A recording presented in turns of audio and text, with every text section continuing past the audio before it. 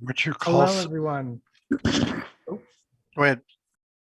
All right. Hello, everyone. Welcome to the Saturday night star party for July 24th up here at the center of the universe. Thank you all for joining us this evening. We've got a great night for you. First off, we would like to take a moment to acknowledge that we are on the traditional territories of the Coast Salish and the Kwanghan-speaking peoples, who are the custodians of these lands and waters. This area has long been the gathering place of the Songhees, Esquimalt, and Wasanic nations, long before the arrivals of Europeans. We are grateful to have the opportunity to live, work, collaborate, and learn here, and we respect the continued connections with the past, present, and future in the ongoing relationships with Indigenous and other peoples within the British Columbia community. We invite all attendees tonight to reflect on the relationships you have to communities that inhabit this land and share the night sky in wonder. All right, so quick rundown of what's coming up for tonight. First up, we'll have David Lee telling us what's up in the sky. Then our main talk, Science and Civic Identity at the Dominion Astrophysical Observatory from 1903 to 1941 with Dan Posey. Then I'll be giving a little bit of astro and space news, followed by an Ask an Astronomer with Dennis Crabtree and Scott Wilkinson. And we'll be rounding the night off with some electronically assisted astronomy with David, Randy, and Mike, Scott, and Dan as well, showing us some images taken live from the Plasket, weather permitting. If you're watching us on YouTube, please like and subscribe. That really helps us reach out to more folks. As well, you can follow us on social media, any social media with the username FriendsDAO, @FriendsDAO. If you want, we're very close to 200 followers on Instagram, so if you can give us a follow there, that would be fantastic. Our talk for the next star party 2 weeks from now is going to be by Dr. Dorothy Paul, who will be giving a talk titled Prospecting for Life Here and Elsewhere, about astrobiology and how we might find life off the Earth. Let's see. As well, we are a volunteer and member-supported organization, a donation-supported organization. So if you'd like to get involved and help us out, you can make a donation or become a sustaining member at centeroftheuniverse.org. Our members get access to the Zoom channel, not just the YouTube, and can participate with us directly in chat there. As well, we're going to be looking for volunteers in the next couple months as things start to reopen. Unfortunately, we still have no word on when exactly the center is going to be open to the public, but we are prepping for that whenever it happens. So if you'd like to get involved as well, you can go to centeroftheuniverse.org and click on the volunteer tab. Finally, if you have any questions for us during the any part of the tonight's stuff, you can post that in either the YouTube or the Zoom chat. After each presentation, we'll have an opportunity for questions if any come in. As well, if there's any general question about astronomy, life, the universe, everything, you can toss that in, or any more involved questions for any of our speakers we may bring along to our Ask an Astronomer segment, which will be later on in the evening. So again, please feel free to post those questions in. We will collect them and make sure they get to the speakers or our Ask an Astronomer team. Let's see. I think that's all I have to say. So I believe, do we have Ben here to introduce our speaker? Actually, Ben's not in. Ben's not in. Okay. Then I shall introduce our speaker. So Dan Posey did his Masters of Arts in history. Aaron, wait. Aaron, hold on for a minute. We have a change up in the plan. Right. Yes, Dan first. Or, We're gonna have Dawn. What's up in the sky first? It's Dawn first, yeah. Dawn Moffat is doing the What's Up in the Sky. Okay. So there's Dawn. Hey, Dawn. All right, Dawn. Hey, everybody. How are you doing this evening? I hope everybody's doing great and staying well and everything. And so just going to spend about 10 minutes telling you a little bit about what's up in the sky and hopefully some interesting astrophysical background on things that you can see up there as well. And so to start off with, we just passed full moon last night, and you may have noticed how low the moon is in the sky. And I always think it's worth reflecting at this time of the year that this is how high the sun will be in the sky 6 months from now. So it actually seems remarkably low. So that explains some of the coldness at that time of the year. So tonight, the moon will appear between Jupiter and fainter Saturn, as I think you can see on the screen here. And they're now easily visible in the southeast part of the sky after about 11 o'clock. And up until recently, I've thought of them as planets that I could only see in the early morning hours, but they're clearly moving into the evening skies. And I'm just going to move Stellarium over here to the west, and I'm going to move us back in time just a little bit, do a little bit of time travel here. And you can see that at about 9:30 at night, you can see that Venus is hugging the horizon. If you have a really good horizon, maybe this is something that's best seen on the west coast of the island, because Venus is only up about 7 degrees off of a perfect horizon right now, and Mars is too low to be seen at this latitude. So sunset is 9:01 tonight, and sunrise is 5:40 a.m. And by August 7th, we will have 3 3/4 hours of full darkness at night, with the sun setting 20 minutes earlier and rising 16 minutes later. And starting in about a week, the moon won't rise until after midnight, and you'll have a great opportunity to explore the Milky Way before midnight, which is high overhead. So we're going to shift into night a little bit later in the night here, about 11:30 at night, and hopefully look up in the sky a little bit. And I'm just going to maybe take away the atmosphere to make things a little bit more visible. And we're just going to flip over to the south and look up.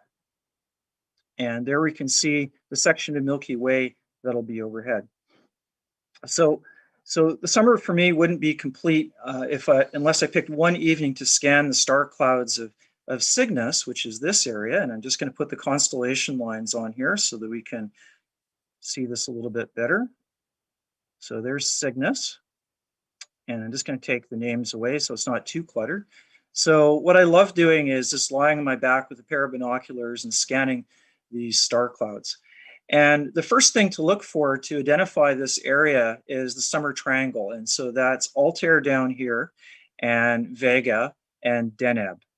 And so while gazing in the direction of Vega and Deneb, take note that most of the exoplanets that have been discovered in this section of the Milky Way, as it happens to be the area that was chosen for the Kepler Space Telescope to continuously monitor. And the grid that represents the observing areas on a line right in between these two stars. And I think we can actually put that up here and show the positions of these exoplanets. And so in Stellarium, there's this nice add-in where you can see that. And all of these other green dots represent other planets that have been found in the night that are out there someplace in the Milky Way. But look at the cluster of them right in this area. And so we can actually zoom in just a little bit. And if you have a copy of Stellarium at home, which I encourage, it's actually free, which is terrific. You can actually zoom in on this, and you can see that these are little square search areas, and they're just absolutely jammed with planetary discoveries. So that's something to think about as you're looking up at the nighttime sky and pondering this section of the Milky Way. I'm just going to zoom out a little bit again, just to show you that, and looking at all of these star clouds. And so, one of the reasons they wanted to do this was simply because they had to stare at a chunk of sky for a long time and hopefully see a tiny speck of a planet blocking out a little bit of a star's light, and maybe see a dip in that star's light. They wouldn't see the planet itself, but they'd see a slight dip as the planet went in front of the larger star. And so in order to catch these things, they had to stare at that region for a very long time. So they wanted to pick a place with a lot of candidates, and that's why they picked that part of the sky. So So let me just move over to another part of the sky over here. And I'm just going to zoom out just a little bit more. And you can see Arcturus over here, over in the western part of the sky. It's starting to sink down. And you can see that the Big Dipper is out over in the northwest part of the sky. And you can see the handle on the Big Dipper arcs down to Arcturus, as we like to say. And that's kind of an interesting star. It's a star that is about 2.5 billion years older than our sun, we think. And it's a red giant star. And it's about 37 light years away. And if I just zoom in just a little bit here, you can see that there's some faint stars around it. And our sun, at the distance of this star, would be fainter than this little star down here to the just down below, a little bit to the south of it. And so it's a much more luminous star than our own. And the other interesting thing about Arcturus is that it's got some mysteries about it. It doesn't seem to be moving at the same speed as the stars in our neighborhood. It's part of a group of about 53 stars that seem to be zooming through space together. And it's possible that they were part of a galaxy, a small galaxy that got absorbed by the Milky Way at some time in its past. And so that's not for sure. We don't know that for sure yet. There's some competing ideas on that.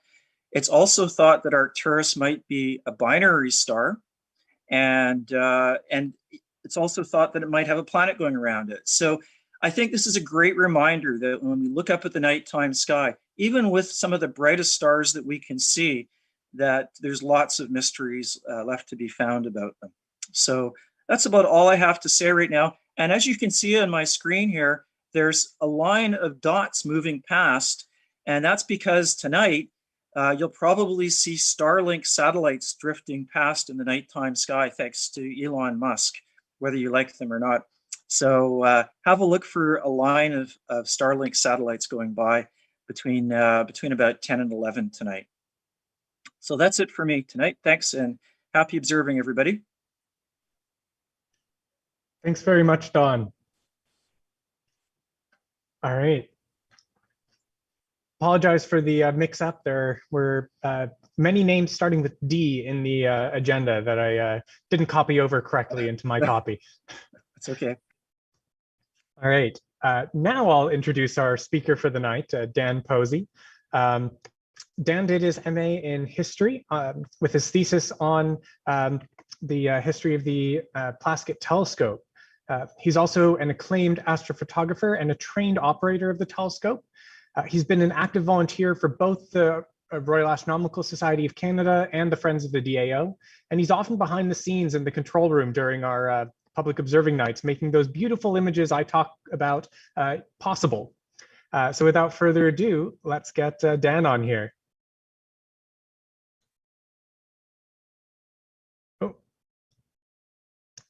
Dan, there we go. We I had to find the mute button. Sorry, everybody. Yeah. I'm working with two screens tonight. So I'm just going to share my screen and then we'll get in. Fantastic. First off, thank you for the FDAO for having me tonight. And I know that this is going to feel a little bit like a formal presentation, but please interrupt me at any point as we go through. We don't need to make this too formal as we go on.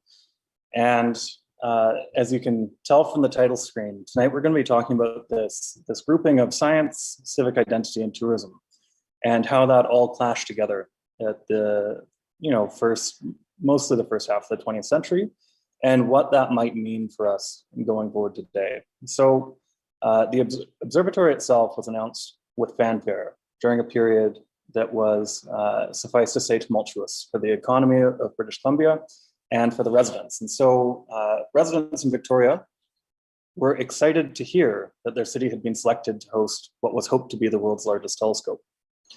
Unfortunately, that hope ultimately fell short. I know that you may have heard that this was the largest, but the larger Hooker 100-inch telescope was completed in California in 1917.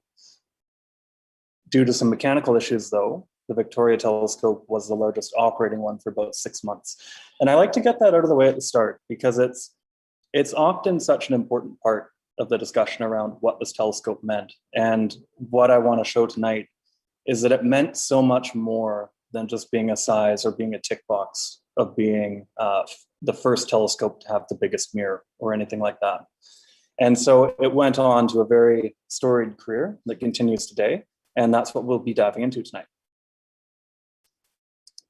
And so an important part of the story is astrophysics. I can't seem to go into a talk without diving into some astrophysics right off the bat. And for the DAO to exist, we needed this transition in a professional astronomy to occur. And so late in the 19th century, there was a shift with astronomers where recognizing that all they have to work with is light, they began to apply new techniques for how they evaluated the night sky, how they took their measurements, and then what kinds of science they could do with that information. So with astronomy, a lot of the intent and focus is centered around doing things like measuring where something is, measuring how bright it is, and measuring potentially how it might be moving, but in a visual sense. Astrophysics instead breaks that light apart, as you can see up here on the screen. I have a few different examples here. One of them is a spectrum taken with the plasket itself up at the top. The middle one is how you can plot some of the information that you can determine using that spectrum. These are radial velocity, as they're called, plots. And then at the bottom, this is what a spectrum would actually look like to more or less to our eyes. Back then, of course, all of the film was in black and white. And so by breaking light apart using a spectrograph or a prism, you're able to build out a better way of measuring the chemical composites of whatever object you might be looking at. And you get the fingerprint of what it might be made of.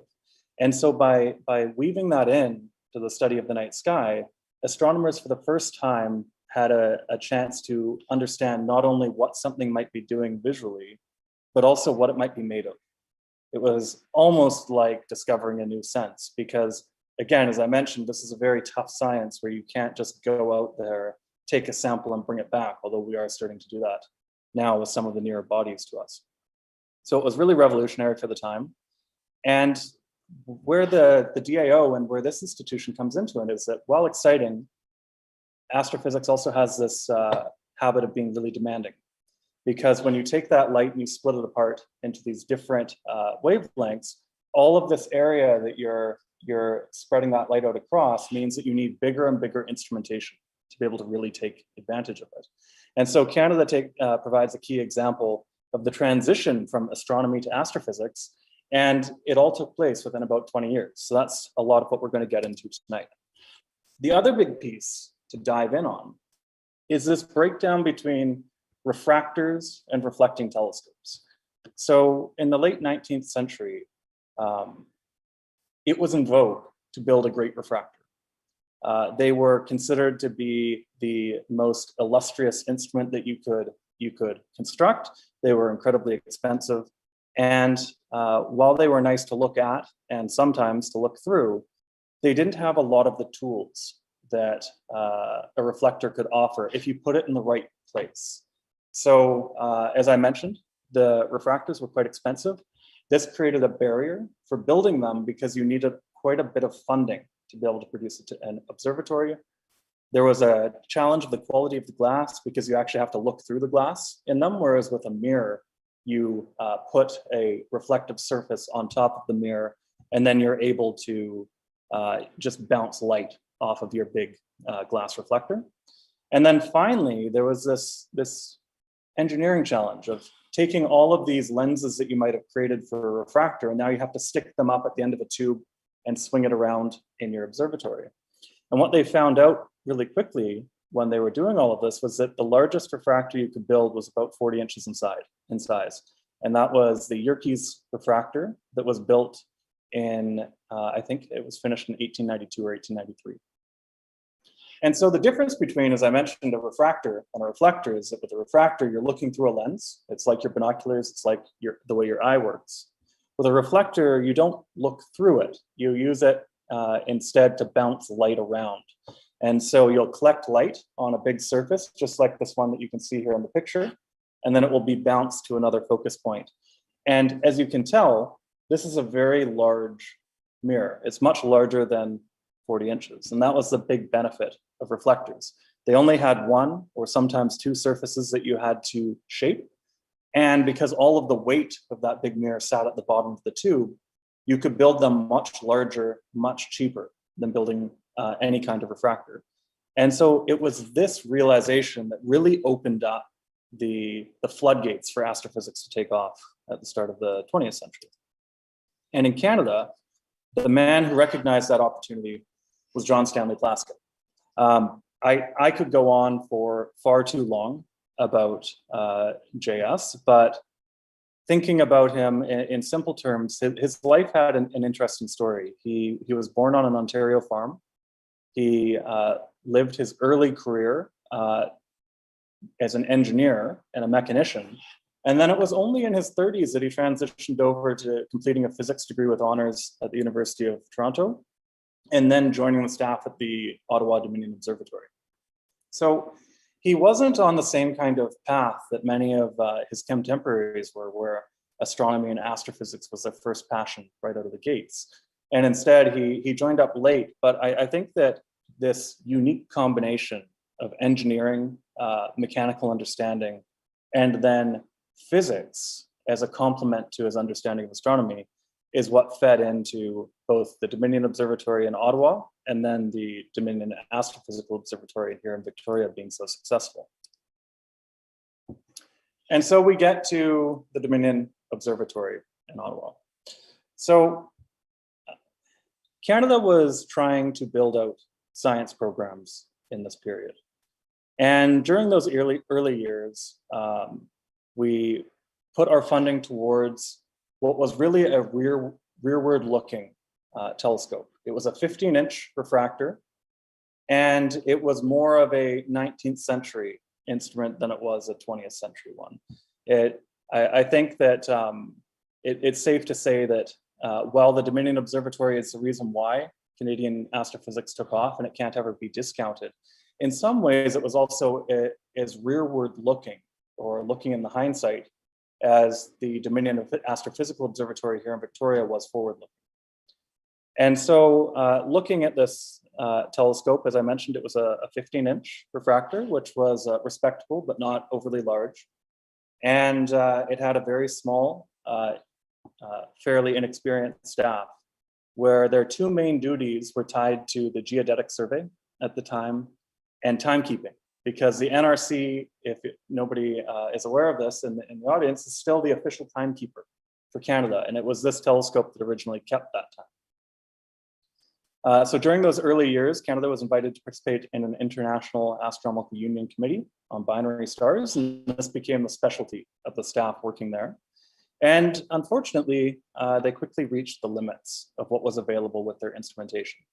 And so while this was a bit of an abrupt end to the productivity of the institution, because they only made it through about 3 years before they started to hit serious barriers for what they could accomplish scientifically, it also fostered the dream for a great Canadian reflecting telescope. And during these years, they also established public interest in the Canadian astronomy program. And this was done, as mentioned in the quotes on the screen, by inviting members of the Parliamentary Press Gallery to come out. They had public nights that were open every Saturday to members of the public, where they could look through the refractor. And this is a tradition that we're continuing on through these public Saturday night sessions that we're doing today, that started in 1905 with the opening of the Dominion Observatory in Ottawa. So it certainly has left its mark and had an influence on the future of Canadian astronomy and astrophysics. But then we come to something more. And that something more was this tie to national identity that emerged with the dream for something greater for Canada. Richard Jarrell, a historian and before his passing, the leading expert in this area, suggests that unlike other hard sciences, the study of astronomy and astrophysics was regarded as an indication of national maturity for a state. And so outside of the ready political support, newspapers, journals, articles, many of the publications and discourse of the time picked up on the excitement that Canadians would be hoping to host a world-class research telescope. And Plasket, as a very steady hand in guiding this optimism and this hope, leveraged that interest to suggest that the Dominion should strive not just to build a telescope that would be serviceable for the scientific needs, but to build the world's largest telescope and not be satisfied with something smaller. And so on several occasions prior to that, Canadians had expressed interest in building new telescopes. Torontonians in particular expressed interest in a telescope for the University of Toronto. Their hopes were dashed when Victoria was eventually announced as a location for this 72-inch reflector that we now have at the site. But they did wind up getting one about 20 years later. And there were all kinds of concepts that tied into this around what such a telescope should look like. And so here's where we arrive to the first introduction of what the DAO could be. And you'll actually notice behind me, the model that you see in the picture from 1914 is the same model sitting behind me. So in 1910, Plasket returned from a trip down to the Mount Wilson Observatory in California. That's the location that built the first modern 60-inch reflecting telescope that was used for astrophysics. This is one of the two telescopes that Hubble used to figure out that our galaxy was not alone in the universe, and the other being the larger 100-inch at the same site that I mentioned right off the top of the talk. And following this visit, there was a realization that if Canada wanted to continue to compete in this space and wanted to really have room to grow, it needed something bigger and greater than had ever been imagined. So the proposed design was ambitious. It wasn't just a copy of what was there in the United States. They wanted to use both a Newtonian and a true Cassegrain focus for the telescope, which means that the mirror here at the bottom of the telescope tube has a hole in it, nearly a 10-inch hole in a 5,000-pound mirror blank, not an easy feat to accomplish. And it was such a challenging one that despite all of the documentation on it, nobody knows how they did it. Even the glassworks never confessed or recorded what they did to put the hole into that mirror blank. Why I mention this is that it might seem like a small point, but it went against all recommendation from all experts in the field who told them they should not do this design, that they should not go with such a unique approach. And the reason why they did this was that by incorporating this real Cassegrain focus along with a Newtonian focus, they could use the type of mounting that you see in the picture here, which is called an English equatorial mount. That allowed them to reach almost any area of the sky. Down at Mount Wilson, they had the 60-inch, which if I remember could point very well towards the North Celestial Pole, but it couldn't point very well towards the equator. And then they had the 100-inch Hooker telescope that was being built that could point very poorly toward the North Celestial Pole and very well toward the equator. It worked for them because they had two of the greatest research telescopes available on the planet on the same location on the same mountain, where depending on what your interests were, you could flip between one or the other to accomplish your task. Canada, we'd just come off finishing an expensive observatory in 1905. We were about to embark on a new program here with the first ideas coming together in 1910. There wasn't going to be room for a third telescope. And so this one had to do it all. And that's why this design, well, a little bit risky at the time, became the standard of what's being called the modern large reflecting telescope. And it was copied on seven different occasions, with one of them being the larger David Dunlop telescope in Toronto. And so we've come to a bit of a crossroads here. We have this idea, we have a need for Canadian astrophysics, we have an idea of what might be necessary to fill that gap, but then there was that question of where do you put it? And it wasn't an idle question, because the one challenge with both astrophysics and with reflecting telescopes is that they're very sensitive to the atmospherics and the conditions of wherever they're located. The two on Mount Wilson were built there because it was a tall mountain. It got them up above a lot of the atmosphere. And because of that, they had very stable conditions to do the measurements that they need to do with this kind of telescope. And we wanted to find a similar location in Canada. So they started out by testing 5 different representative locations. You can see them up on the side of the frame here. which were Ottawa, Medicine Hat, Banff, Penticton, and Victoria, out of an initial survey looking at the meteorological history of about 26 potential locations. And the exacting requirements of the location meant that they had to be careful.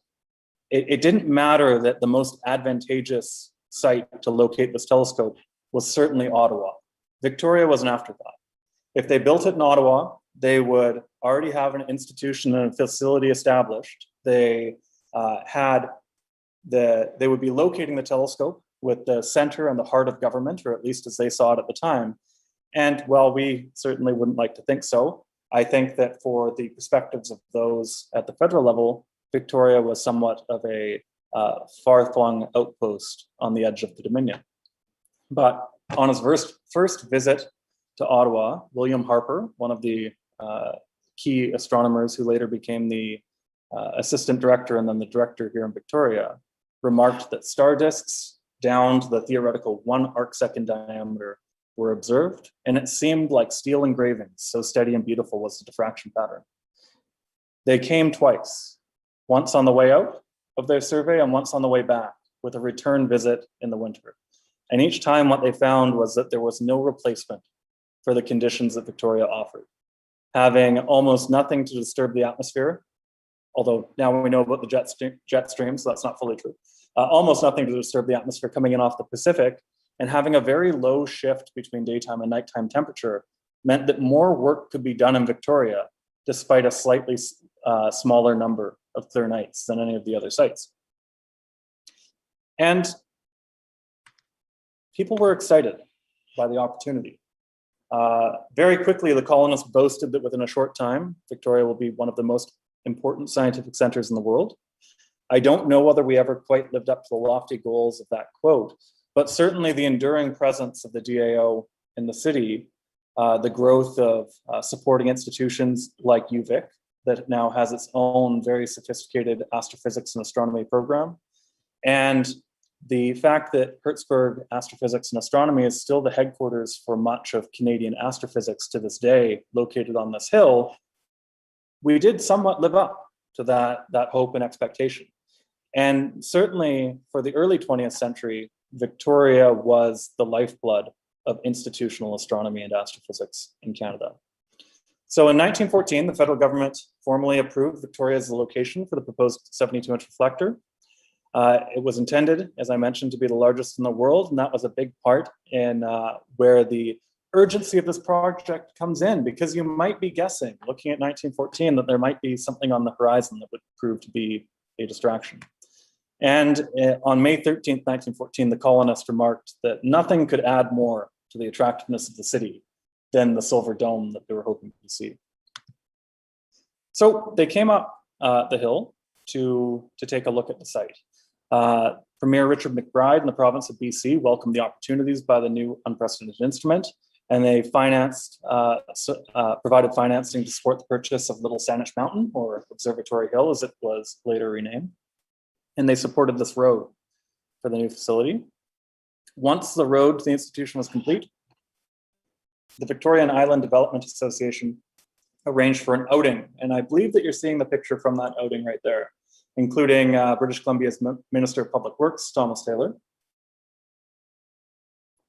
And this theme of local interest and promotion, this quick linking between the idea of the telescope and what it meant to Victoria, the chance that it was a hope for something better for the city and the province in a time of economic downturn, and the opportunities that they thought it represented, and certainly, as I would argue, did fulfill. It fostered public interest from scientists and from the public. And as Victorians visited the location, they continued to express support for the proposed facility as those distractions I mentioned came to roost. So I've mentioned we were announced shortly in April 1914, and that was just months before the outbreak of the First World War. And while I'm providing spoilers to my own talk, it was finished in 1918, which also dovetails the end of the war. This telescope was built in a period where very few projects were completed.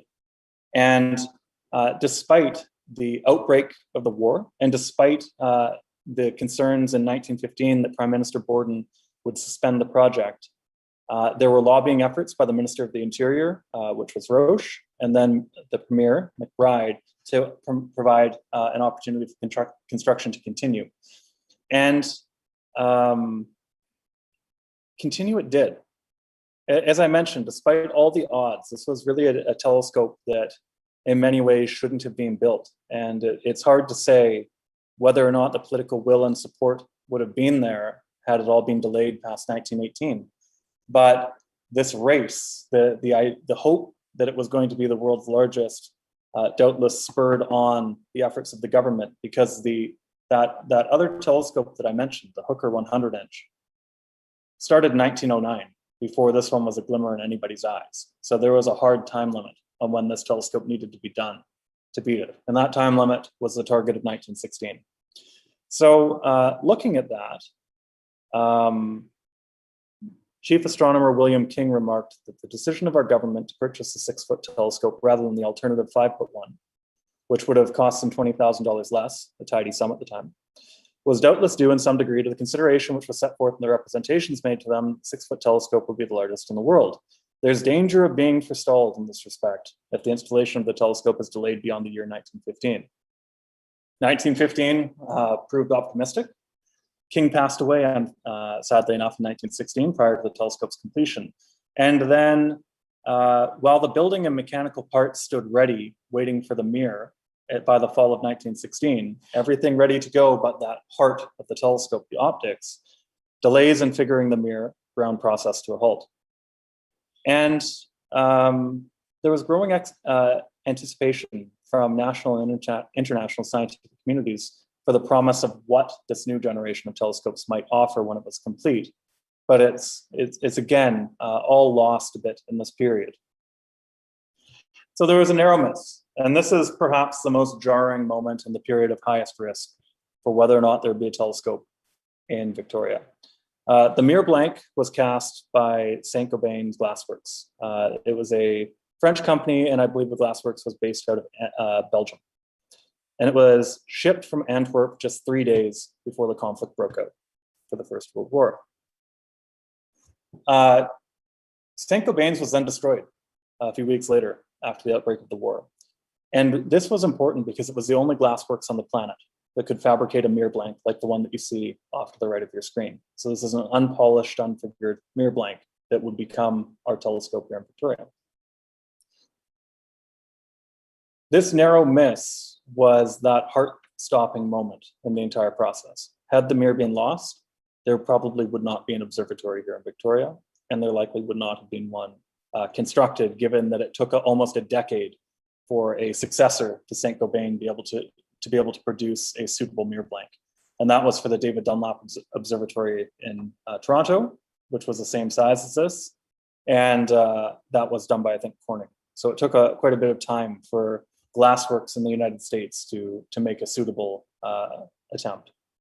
The mounting, actually, I'm going to skip that in the interest of time. So there's some interesting pieces with the mounting, but we can come back to that if we have a chance in the questions. So there were delays, but the mirror will eventually arrive, as you might expect. And everything in between, with the building and the mechanical parts standing complete from October 1916, was already as prepared as possible. So this was an outing in October 1916, where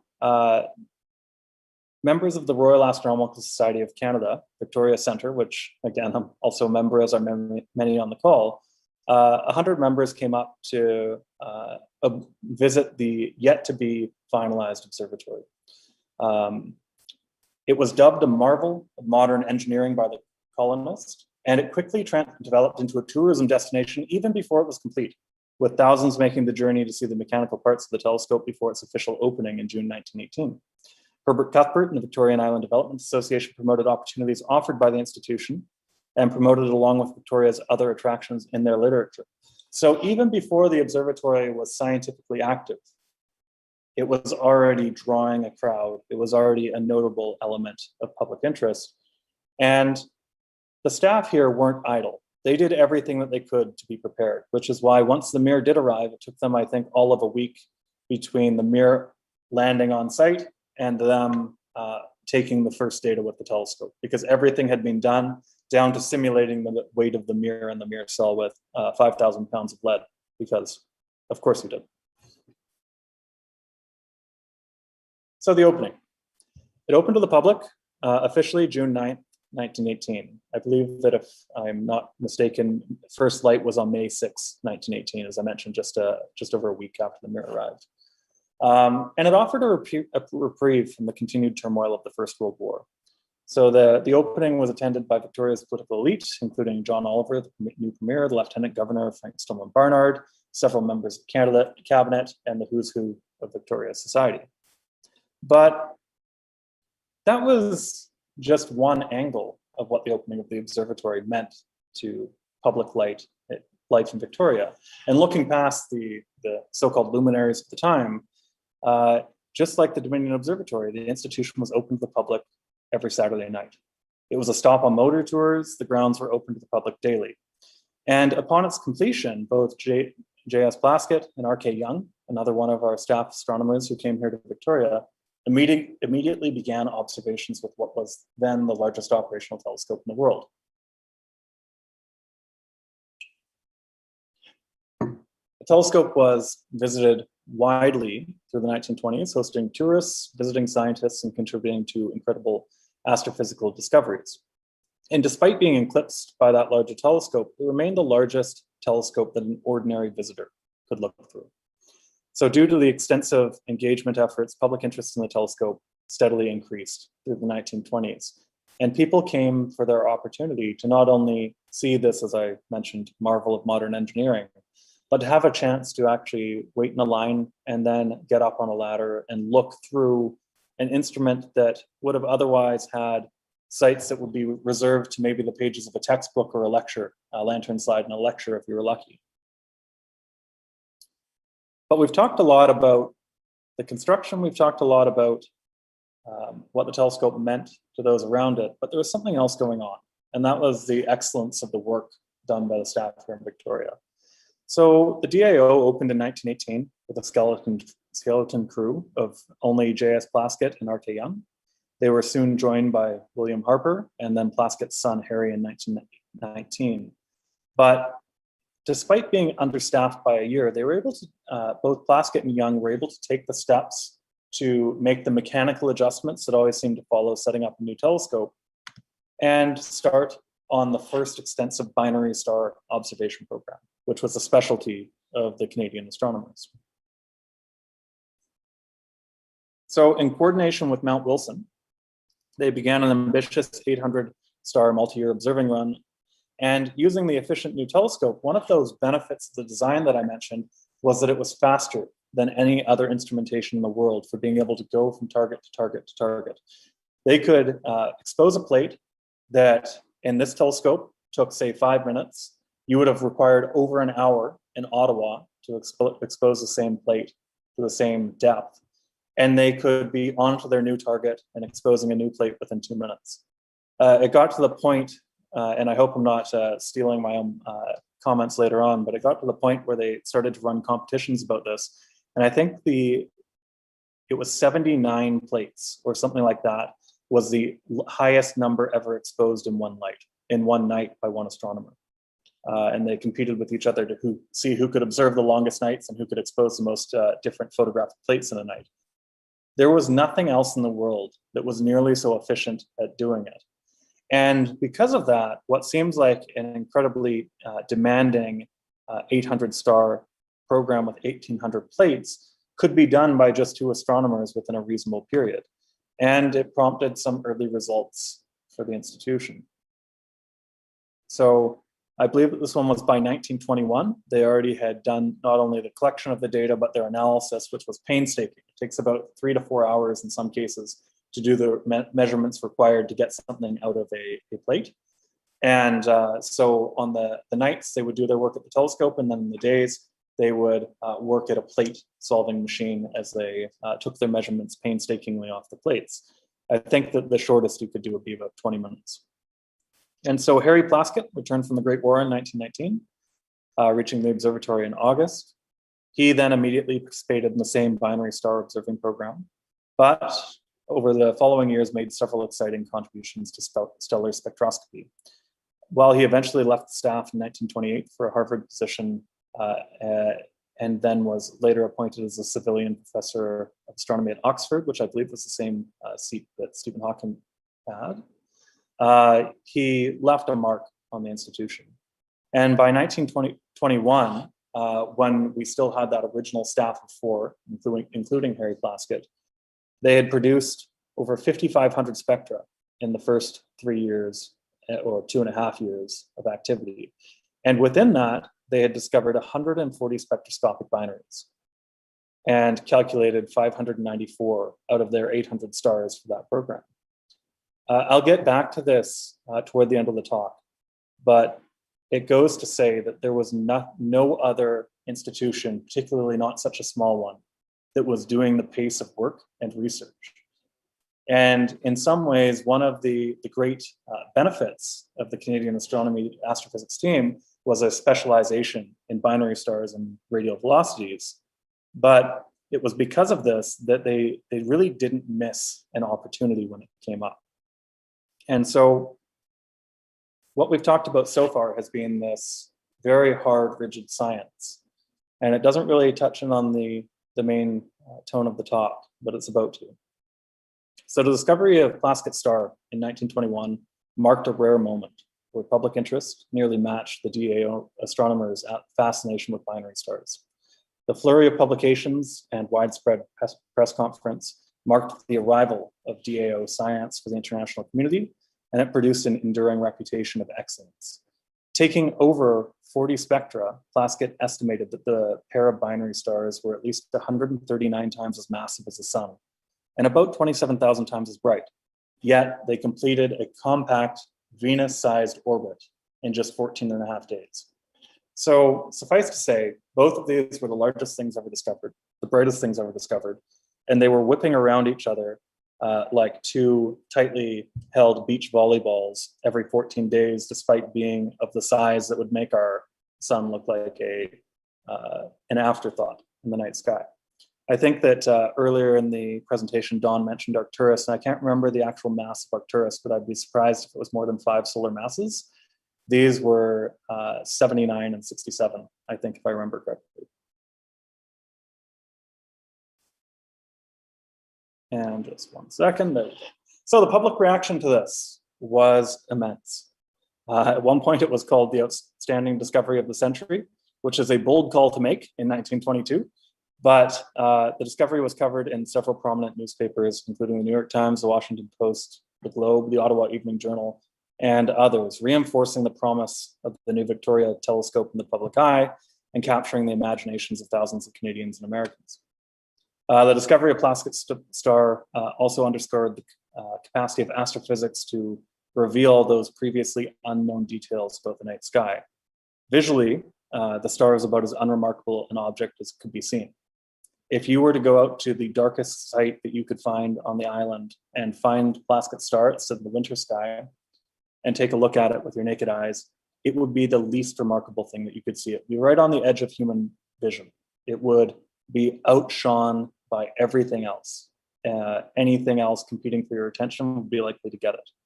But by doing the kind of work that they did here, they were able to break the light from the object apart using the spectrograph, and they were able to reveal these incredible properties and details about the system using just the light those two stars gave off.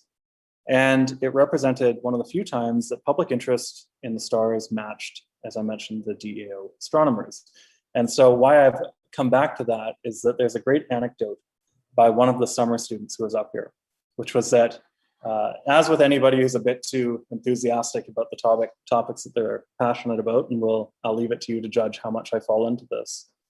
The DAO astronomers really wanted other people to understand why they should be excited about things like binary stars and radial velocities. Now, this was hard because members of the public came up to see the observatory, to see the mechanical parts, and they wanted to see a planet. So if there was a planet, usually most nights, then everybody was happy. But if there wasn't, often they would park the telescope onto one of the binary stars that they'd be looking at that night. And I have a spoiler alert, which is that if you need a spectrograph to understand the remarkable details about a binary system, you can't see anything remarkable about it. It looks just like any other star. So nobody was quite as enthusiastic or as enamored by the star that looked just like any other star that they're looking at through the eyepiece as the astronomer standing beside them passionately explaining why they should be excited about this. So one of the summer students took the idea in their head to just park the telescope on Arcturus, again, a call back to Don's earlier note, and then roll the focus out on the eyepiece. And something really funny happens when you roll the focus out on a star, which is that because a star is a perfect pinpoint of light, when it's defocused, you see this big boiling, churning mass. It's kind of like a kaleidoscope. You might see diffraction rings, you might see the big hole where the secondary mirror of the telescope is. All kinds of different things are going on. But it's moving and churning and warping around because, of course, it's passing through the atmosphere. And so they put the telescope on this really bright star. They rolled out the eyepiece so that you had this big boiling mass going on. And then I believe the exact quote given to explain what they were doing was, that really gave them something to look at as an explanation for entertaining the public. Of course, nobody else was quite as enthused by the explanation, and they were not put on public nights again for a very long time. The point here is that those early days were tough to get across that one key point of science communication, which is, why should we care? Why does this matter to us? Plasket's star more than transcended that binary, or that boundary. It was a binary star, but it was a binary star that mattered to the ordinary person and to the ordinary visitor. And it was a point of pride for people who came up to the hill to know that such a remarkable discovery had been made for Victoria. And so for his efforts, Plasket was elevated as a Fellow of the Royal Society of London in 1923. On the strength of his discovery, Current History article at the time ranked him amongst Canada's leaders in science and research. And in Victoria, in 1924, the Victoria Daily Times stated that Victoria is proud of her connection with Dr. Plasket and his discovery, and her citizens will receive a sense of further satisfaction to know in what regard both are held elsewhere throughout Canada. So it was this first real watershed moment that broke through. And from that recognition, something else came along, which was this theme of public education. One of the great successes of early astronomy at the DAO was that the staff was so readily willing to share their knowledge of the night sky and of their art with Canadians and the surrounding community. Starting, I think in 1919, the Daily Colonist ran this bi-weekly talks called Talks on Astronomy. And they even created this wonderful decal that appears on the paper every 2 weeks. I think it was the second Sunday every 2 weeks, to inform Victorians on the progress of science at the local facility. And Plasket went to great pains to educate Victorians and present astrophysics in an accessible manner. An example of this is that during one lecture, he informed Canadians that the solar system orbits the galactic plane at a rate of 270 kilometers per second. That's a tough figure for anybody to get their head around. So the way that he put it was that it was 2,000 times faster than the Schneider Cup airplane races, the fastest man has ever been able to move across the surface of the Earth, or so it was at the time. And these public education efforts continued through the 1920s, in the 1930s, and really they've never stopped. Again, this is something that we're all taking part in tonight. So with this watershed discovery behind them, new directions began to emerge in the staff as they began to find their confidence, as they began to understand how their specialties and their expertise could be put to new topics. They branched out. One of the biggest puzzles in astrophysics at the time was the structure of the Milky Way galaxy. It seems like such a straightforward one, but where do we live? We can look out, we can see other galaxies, but seeing our own is tough. And so R.K. Young produced tentative results on clouds of interstellar calcium within our galaxy, soon followed by several papers from Plasket. So this is the first step into looking at what our galaxy might look like. And when R.K. Young departed for a position at the University of Toronto, the DAO staff was joined by Joseph A. Pearce. Bert Petrie and C.S. Beals. And Pierce, in particular, was a very fortunate choice because he joined Plasket on an extensive research effort calculating the motion of stars throughout the galaxy. He also made some other contributions around the observatory by laying out a golf course around the office building where they played regular lunchtime games, rain or shine. And I mention this because I do want to draw back that these were people. And astronomy can be a bit of a frustrating pursuit in that there's a lot of tension when you're looking for data to support your research. It's very weather dependent, and there's a lot of sleep deprivation involved. All of those things mean that you need some nice distractions when things aren't quite going your way. And this golf course, it built up or it broke up the tension and frustration of their weather-dependent occupation, and it built camaraderie between the staff members, who now more than ever were starting to engage on these joint ventures. They weren't working on the research alone. And why I like to bring this one up is that it was a friendly game, but it's remembered so fondly decades later in all of the literature about the DAO at 50 years, at the DAO at 75 years. And the friendly competition produced a lasting tradition of a noon golf tournament, complete with office trophy. And in case anybody's worried that we're going off the deep end, there was a connection to astrophysics here, which is that nerds of my favorite kind to the core, the astronomers divided their teams based on their research targets, with the A's, named for A-type spectral class stars, being Harper and Petrie, against the B's, being Plasket and Pierce, who observed B-type spectral class stars. And this is going somewhere, don't worry. The Copernican question, the idea of what our universe looks like around us, was alive and well in the 1920s. Harlow Shapley pioneered work mapping out the Milky Way at Mount Wilson and provided some indications of that models placing Earth at the center of the galaxy were incorrect. Plasket and Pierce were about to join in on the same question. And after a year of studying 250 B-type stars, they produced a paper supporting the principle of galactic rotation that provided insight not only into the structure of the Milky Way and how it rotated, but they also confirmed that it rotates once every 240 million years, and the solar system is displaced from the center. We weren't the original piece that everything else rotated around. And from this, they continued to build their work. And you'll note this graphic up on the side. It might not look like much, but by 1935, Plasket and Pierce had successfully mapped out the rotation of not only the stars in the galaxy, but interstellar calcium.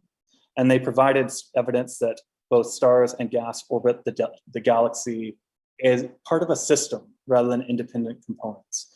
And this understanding, well, a result of decades of work and thousands of painstaking computations, developed the first modern image of what our galaxy is. And this figure that they produced would not be out of place in a textbook into the 1990s. For his efforts, Plasket was awarded the Gold Medal of the Royal Astronomical Society of London and delivered the George Darwin Lecture in 1930. Other honors, which there are many, included the Bruce Medal of the Astronomical Society of the Pacific, the Flavelle Medal of the Royal Society of Canada, an honorary doctorate from McGill in 1932, the Henry Draper Medal, which was kind of like the Nobel Prize of Astronomy in 1934, was named a commander of the British Empire in 1935. And Pierce didn't quite receive the same list of accolades, but as a result of their combined research, Plasket, and to that lesser extent Pierce, had emerged as leaders in the field of astrophysics. And while this was going on, public interest continued to grow. As I mentioned, the observatory was open to the public every Saturday night. And after it opened, it functioned as a bit of a boundary zone, humanizing the activities of the otherwise elite astronomers through the act of shared observing, maybe a planet or bright star. Social elites, including lords, ladies, lieutenant governors, governor generals, also visited the facility along with foreign dignitaries. And these events could be trying on the staff who did their best, but they made best to impress the visitors, but they always made their best of it. And you can imagine the stress of having upwards of 300 people crowded into the Plasket Dome on a busy night, while you're also having half your mind put forward to what you might be observing that evening. But public interest continued to increase year over year. You can see charts of it off to the side, which are just staggering to think about in light of the numbers of what we've hosted in modern times. Starting with 1925, Plasket had reported that for that year, 25,000 people, over 25,000 had visited the observatory. And it increased to over 35,000 in 1928, peaking at 39,027 in 1929 on the eve of the Great Depression. Now, we come to the Depression as a bit of a transition point, because as you'll see, public interest couldn't be sustained in such a period of hardship and turmoil, and it never quite rose back to the lofty heights of the 1920s. And in other ways, the lofty heights from the 1920s were so uniquely tied to the pace and fervor of the discoveries being made by staff here in Victoria, which astronomers made staggering contributions and have continued to make them using this telescope in the near century since. But those early years had something unique to them that really did connect with the public imagination. As I mentioned, with the Depression, the numbers of public visitation fell. And in 1930, it fell to 33,000, nearly 6,000 off the 1929 peak. In 1931, 24,800, bottoming out along with the economy in 1932 at only 13,259 visitors. William Harper, shortly to be appointed the director, termed these figures an index of the Depression. The first signs of recovery appeared in 1933 with just over 15,000 visitors attending. And then 1934 and 1935 saw continued gains. There were also several improvements to the facility by the Department of Public Works, including a new road to support all of the increased traffic that was going to the observatory over the 1920s. Although it also caused quite a few flat tires that led the astronomers to wonder whether or not the Department of Works was in coordination with the local tire shops. That's actually a quote out of one of the observatory reports. And the institution flirted with disaster in 1934, something that's all too close to home right now with the fires that we have roaring throughout the province, as a fire swept across Little Sandish Mountain and burned out almost 40 acres of the hillside. I would say that the reduction in visitation indicates the plight of Canadians during those years. And while it continued to increase and recover as time went on, it never recovered to the heights of 1929. It did, however, remain a successful tourism destination throughout the Great Depression, despite all of the reasons for Canadians to stay away, and in the years that followed. And there was a really important shift that occurred in 1938, which was this transition from visitors being predominantly Canadian to international visitors, again, reinforcing this tie between the DAO and the local tourism community. So I think I teased a bit of this earlier on, but the productivity of the staff during its first decade of operation was remarkable. And despite being initially short-staffed, those first 3 years of operation alone saw over 102 astronomer months worked, exposing over 5,500 plates and reducing 5,200 in that span. Just 12 years after the observatory opened, it was a world leader in binary star observations. In January 1930, Plasket reported that of the 4,000 radial velocities determined to date by all of the combined observatories in the world, 1,700 were determined at the observatory here. Of the 900 known binaries, 400 were discovered here. Of more than 300 spectroscopic binaries measured by all observatories in the world, 106 were measured by the observatory in Little Sandish Mountain. So with just 10 years of work, they had almost paced the rest of the world combined for their measurements in these spaces. And thinking about the great changes introduced during the Great Depression, C.S. Beals remarked that the older era of the observatory had passed. Yet when we think about that older area, during the early years, Plasket established an internationally renowned institution, a public outreach program that was unparalleled at the time and continues to this day, and introduced hundreds of thousands of Victorians, Canadians, and international visitors to astronomy. And the successes of the Victoria staff laid the foundations for modern international research programs. As a nation, generally speaking, Canada investments in astronomy continue to rank among world leaders and out of proportion with our population. And then an odd twist, we're currently contributing to the 30-meter telescope, which is expected to be the world's largest, although it too is likely to be eclipsed by the also under construction extremely large telescope. So nearly a century later, we're not only in a race for two of the telescopes that will one day claim the title, but the DAO is still contributing to astrophysics research on each clear night and is regularly visited by Victorians when the pandemic doesn't interfere, eager to learn more about the history of the telescope. And just to give an idea, a lot of the slide has been in black and white and hasn't had much of the color that we normally like to think about space with. But these are just a few of the examples that I've shot with the telescope in my time and when I've had the opportunity to use it. So it may be 100 years old, but it definitely still has chops. And it's certainly not done making contributions in the space. And I'm probably over time because I didn't have a clock. So I'll stop there and open it up for questions. Thank you.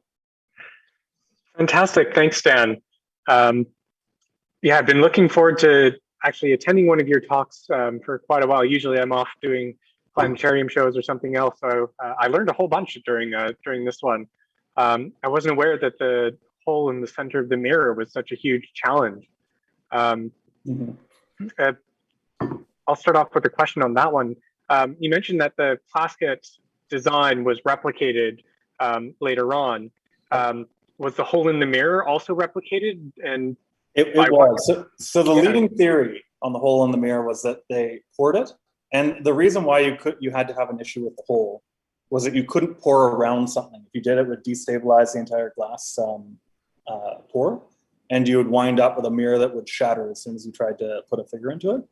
So the theory at the time was that they let it pour and start to settle, and then they pushed a stopper through to create a hole that was then rounded out.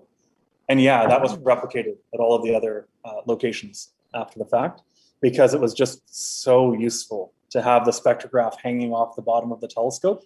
It allowed the entire balance of the mechanical configuration to be equal on both sides. The competing designs had it hanging off one side of the telescope, which is why they could only point in one direction very well, because if they tried to point in the other direction, they became very unstable very quickly. Oh, cool. And those other mirrors were created by like Corning and stuff later on, like yeah, a decade or so and later. they were spread around the world. I think there was one in Australia, one in Egypt, one in Toronto, one in Texas. South Africa. South Africa. I can't remember the rest of them. Wow, that's fantastic. Yeah, I think, just the whole telescope, the mirror, Plasket looked at the big picture, how to make this the most efficient telescope. And he did that with the 15-inch in Ottawa.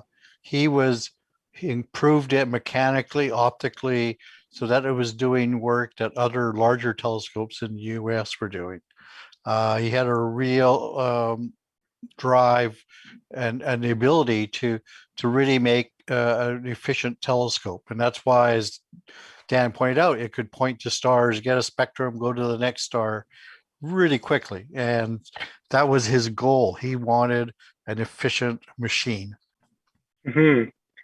And to my understanding, that's a quality that's continued through Canadian astronomy. Absolutely. It's a real fascinating story, in that the tone that Plasket set from the beginning carried through the whole life of the DAO. Very cool. Let's see. I'm not seeing any questions as of yet in chat. I don't know if Calvin or Amy are seeing any in the YouTube. Lori asked, where and when did Plasket get his doctorate? He never did get a real PhD. But he was awarded with, I think, 3. Yeah. Okay. Wow. He did have to do the work. He never had to do the work. All of the Canadian astronomers, I think, what was it? I think it was 1913 or 1914, on the eve of this project starting, were awarded with honorary doctorates. And then he also received one from McGill, the University of Pittsburgh, and somewhere else. Okay. Dan, it's Lori here. Hello. When did the glass plates finish being used and, you know, and newer technology with cameras and everything start? Probably the mid 1980s. Sounds Could be about early right. 1980s. Sounds probably mid. Sounds about right. So they still were using glass plates in the 1970s. Yeah. Glory, just to let you know, I've used the Plasket with glass plates. Okay. Okay, I'm Wow. sorry. Okay. I want to try that. Please stop calling out Dennis right now. Yeah, It's not okay. fine. Okay. Okay, thanks. Yeah, I wasn't So, sure. I'm yeah. surprised at how. Can you still use glass plates on the telescope? No. No. Well, you could if you removed the cameras from the secondary focus and you put in a glass plate camera, but otherwise, no, you can't. Oh, darn. Yeah, and it never used film, right? Only glass and then the digital? That's a good Correct. question. But I mean, the glass plates were an analog to film, right? They're kind of the same concept. It's just that they were done So- on glass rather than on some kind of a flexible material. Okay. So Dan, a few months ago, I made a great discovery down in the basement. Hundreds of personal photographs taken by Plasket, starting with the 19 meeting in Pasadena, his trip across the southern U.S., traveling with Chant North, pictures of Lick and whatever. The last bunch I've scanned were his 1913 trip in April, where he traveled west, and he has photographs of all the prospective sites in Medicine Hat, Banff, Penticton, and other places along the way. So he sort of scouted where Harper should go and do his measurements of the site quality. I didn't know that site trip existed, so that's really interesting. Oh no, these are great photographs. I mean, there's another later in 1913, he did a trip to Europe, another International Solar Union meeting. Yeah. So Careful, Dennis. If you keep on about this, we might get you to do a talk. I would be very happy to, because they're just it's just cool to have these photographs taken by Plasket. You know, in 1913, he had already picked out Little Sandwich Mountain. I mean, he climbed up the hill. He took pictures of the hill in 1913. He did it again in 1914 when he came back. Yeah, pretty cool stuff. Very neat. All right. We are at 9:15, so I think we'll move along to the next bit of our program. But thank you both. Thank you, Dan, so much for the excellent talk. Learned a lot. I think I'll cut my news section to just one piece of news that's very, very cool, and then we'll pass along to our Ask an Astronomer team. So now would be a great time. If you have a question about anything that Dan talked about, any questions about astronomy, to toss those into the chat now so that we have them ready for our Ask an Astronomer group. So I wanted to show, let's see. So some of you may have seen the very cool images that have been coming out of ALMA, the Atacama Large Millimeter Array, over the past several years. It's been incredible at showing planetary disks forming, and revealing these embryo star systems all throughout our galaxy. But this image in particular is just a step beyond that. So I want to mention first that the Atacama Large Millimeter Array is, Canada is a participant in that one. It's down in Chile in the Atacama Mountains. And the Dominion Astrophysical Observatory built built the actual receivers for it, not the antenna or dish parts, but the radio receivers that collect the light once it's been bounced a few times. So this image I'm showing here, oh, come on. There we go. This image I'm showing you here is not a protoplanetary disk, where there's a star in the middle and then a disk with planets forming around it. This is a proto-lunar disk. That blob in the center is not a star, it's a planet, a Jupiter-sized roughly Jupiter-sized planet in the system PDS 70. Don't ask me where in the sky that is, but what ALMA has been able to see is a ring of material around this planet with a moon forming just inside the ring. That's this little speck here that's blown up. This is the first, like we've detected some exo moons before, moons around planets outside of our solar system, but these have mostly been through either what are called microlensing or transit detections. So both of these involve the planet and its moon traveling in front of either their host star in the case of a transit or a background star in the case of microlensing. And we can detect either the dips in light for the transit or little spikes in light as the gravity of the planet warps the light from a very far background star. And we'll see like a big spike or dip for the planet and then a little tiny one for the moon as well. These are relative, of course. The dip for a planet is only about like 0.1% of the star's light in most transits. But this is the first direct image of a moon around a planet outside of our solar system. And even better, it's a moon forming. This is the baby picture of a moon. And this gives us a really good opportunity to test our models of moon formation. ALMA has already been a wealth of information that has helped us refine our theories of solar system formation, but the details of how moons form has still been a tricky tangle to figure out. The influence of magnetic fields and the pull and tug of other planets in the system has still to be worked out, which are the driving factors. So this image, and hopefully more like it that we'll see in the future, are going to be very important in figuring out how systems like our Earth-Moon system or the many moons around Jupiter form. Just sort of for scale, this ring is much, much, much larger than the rings around Saturn.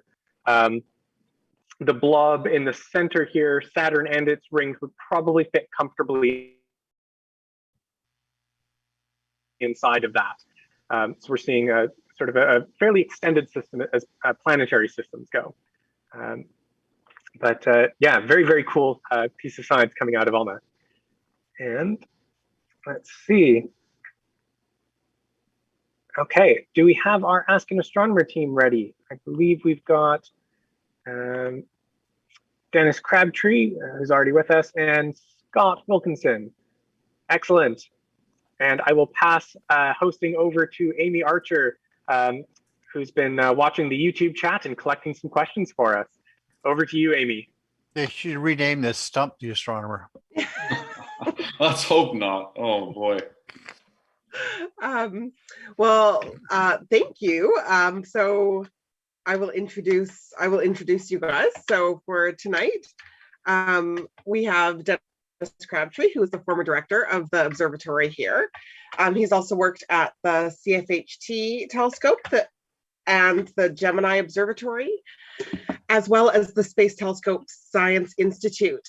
He is our unofficial historian of the DAO.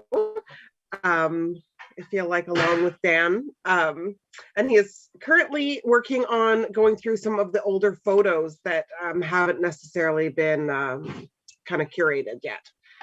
And then we have Scott, and Scott is working in the field of galaxy evolution, and his focus is on the morphology and potential merger origins of post-starburst galaxies.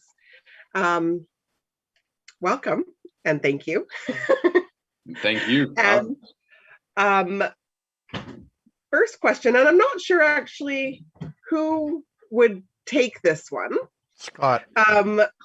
It might be a Scott question. I'm leaning. A Scott question. I'm ready. The question is our galaxy divided into quadrants, and are we in the alpha quadrant like Star Trek? No, we have actually, it's not, well, not particularly. You could, and not that I know of, especially not alpha quadrant, unfortunately. I wish we were that cool. What we tend to use is something called galactic, or Yeah, galactic longitude is what they go with. And so I'm actually technically extragalactic is my field. So I don't deal a lot with galactic longitudes, but they do go from 0 to 360, I hope. Maybe, yes, maybe one, but should be all the way around.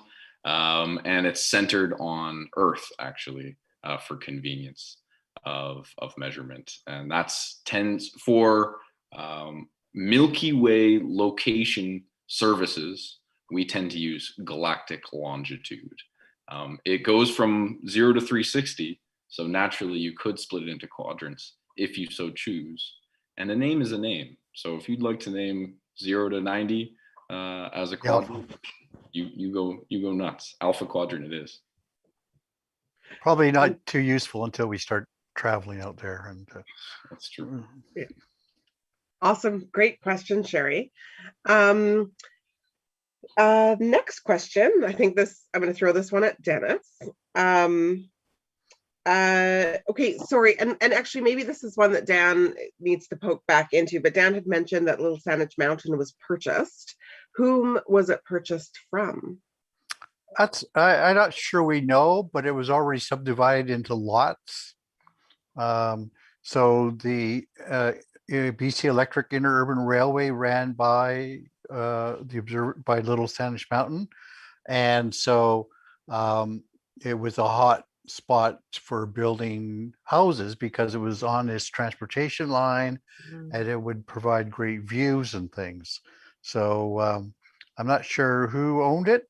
Maybe Dan knows, but I don't. But it was already, like I say, subdivided into building lots. And so did houses come down then? no, I don't believe any came down. It was just lots. Yeah, so the little interurban railway, that was if you're going to develop, that was where you wanted to build, right along this transportation. Just like when you fly over Toronto and you see over the subway, as you can see all these clusters of buildings around each subway station. So the development follows the transportation. Perfect. All right, Scott, here's a question for you. Nice. What is a post-starburst galaxy? Oh, there you go. A great question. That one I can surely answer. You better be able to answer this one. Oh, Lord. Oh, if I can't, I'd be in real trouble, wouldn't I? Exactly. Elda's on the line.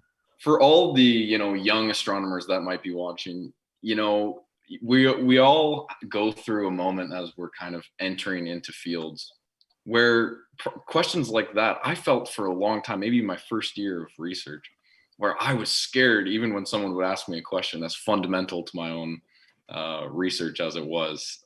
And so if you feel that way as well, you're not alone.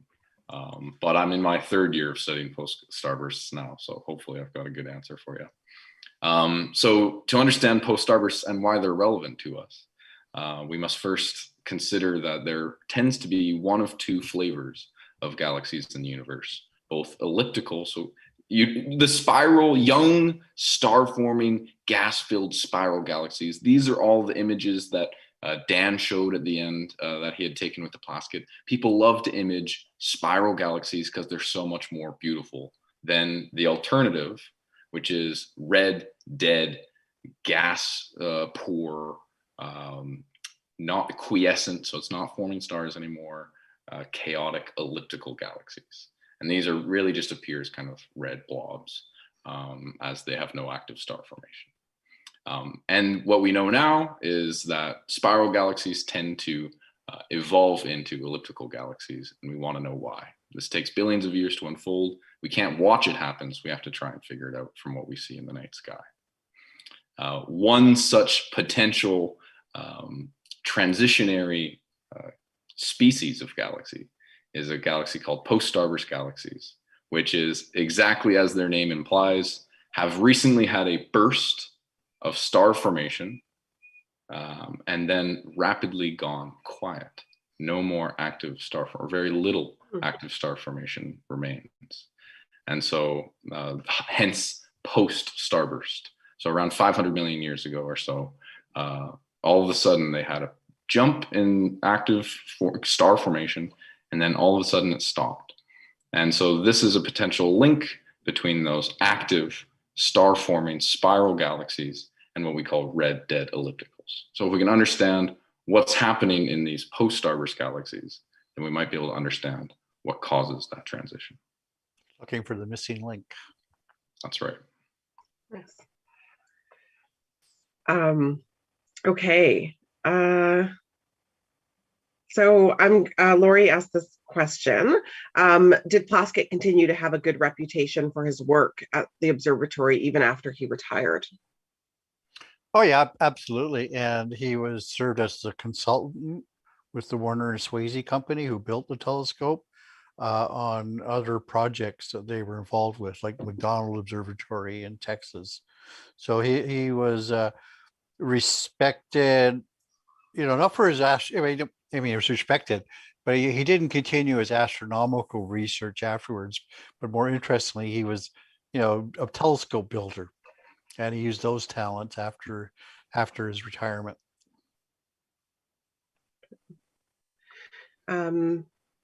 Like I say, he was a pretty unique background. Okay. So, sorry, I'm deciding how to work this next one. So Dan did start to answer this one, which Lisa had asked about when people were using the ladder to climb and view, what were they looking at? But I almost, if it's okay, Lisa, for me to pull that question out a little bit more, can you talk a bit about when the observers were up the telescope and some? I know there's a few stories around there. I know there was, a mother and baby and whatnot that we had on the telescope as well. Are there some stories around that viewing, and how did the public receive having to climb up and look through the little piece? I gave tours in the 80s. I was a postdoc here. It was very slow because it was one person at a time climbing up the ladder. And I mean, looking back, today's safety standards, it was very dangerous because especially if the object was low down in the sky, you had people climbing up that tall ladder, and you have this 80-year-old grandmother climbing up the ladder. It was not particularly safe. So a story I just heard yesterday from Joseph Pierce's son, who is alive and living in Victoria. So he lived with his father on Observatory Hill when his father was director, and he would sometimes help his father observing by guiding the telescope. He would be up on the ladder at the guiding telescope and keeping the stars centered so that the exposure would work out right. So yeah, I mean, everybody chipped in, everybody helped. Awesome. And there's another thing that was noted in that one of the reasons why the hill was such a great site for the telescope was it could bring electricity up from the BC Electric Railway. Okay, so the observatory was powered with that power coming up from the railway. So one night in, I forget what year it was, but it was like a November, December, Plasket leaned in to adjust something, and the 220 volt DC arced across his glasses, and he was knocked onto the steel platform, the floor, and he was off work for 3 months.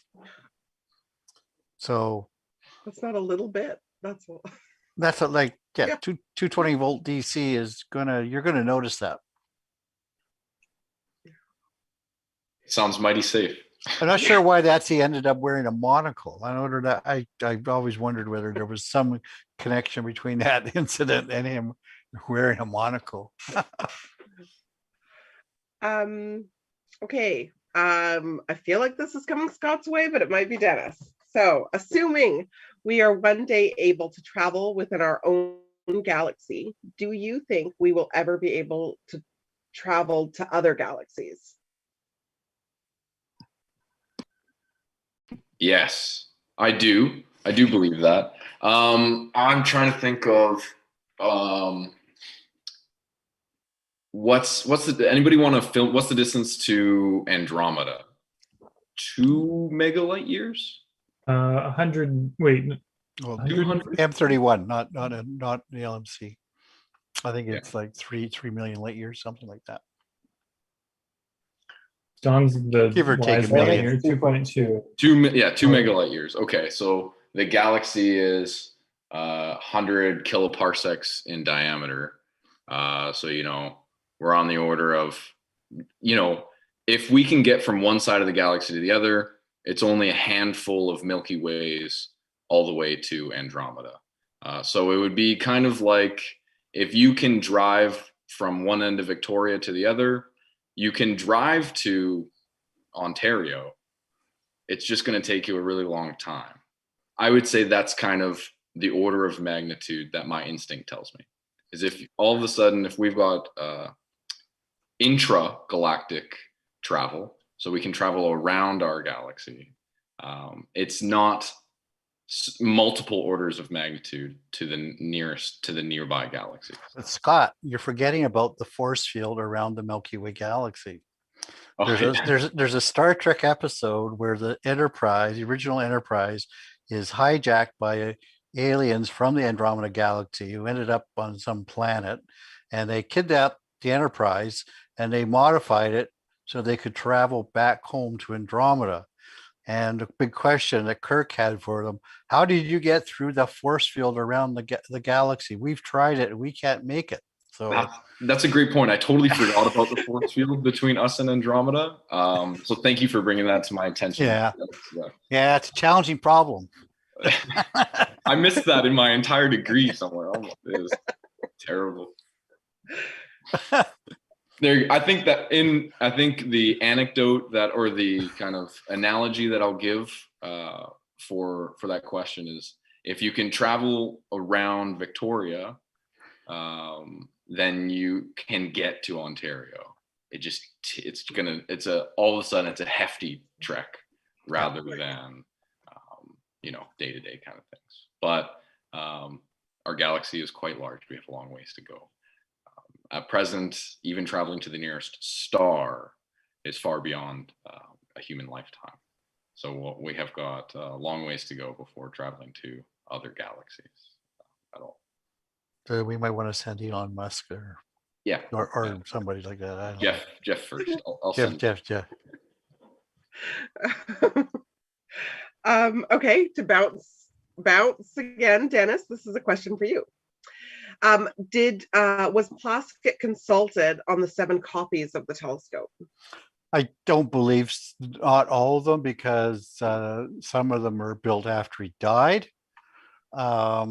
But I don't know exactly if he was consulted on it. I'm sure he was consulted on the Toronto one, because the people in Toronto, he knew them, he worked with them. But I'm not sure about the other ones. I will point out that, being Toronto, the telescope in Toronto is 2 inches larger than the one in Victoria, because Toronto had to have the largest telescope in Canada, just because they're Toronto. It's for Toronto. I hope Scott isn't from Toronto. No. I usually go into that, Dennis, but I kept it out tonight to avoid. Offending anybody. I know we have at least one person from Ontario on tonight, so I'm not sure what part. But,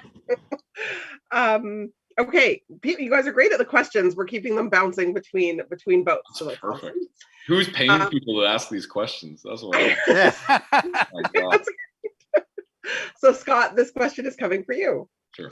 Regarding post-starburst galaxies, is there an is there an age range of galaxies where they start to transition into the post-starburst era, or does it depend mostly on the size of the galaxy? Oh, dear Lord. Oh, why? Very, very complicated question. One thing I found moving into the field of galaxy evolution was I spent some time and I kind of was like, okay, I kind of, as I described, you have one flavor of galaxy transitions to the other one.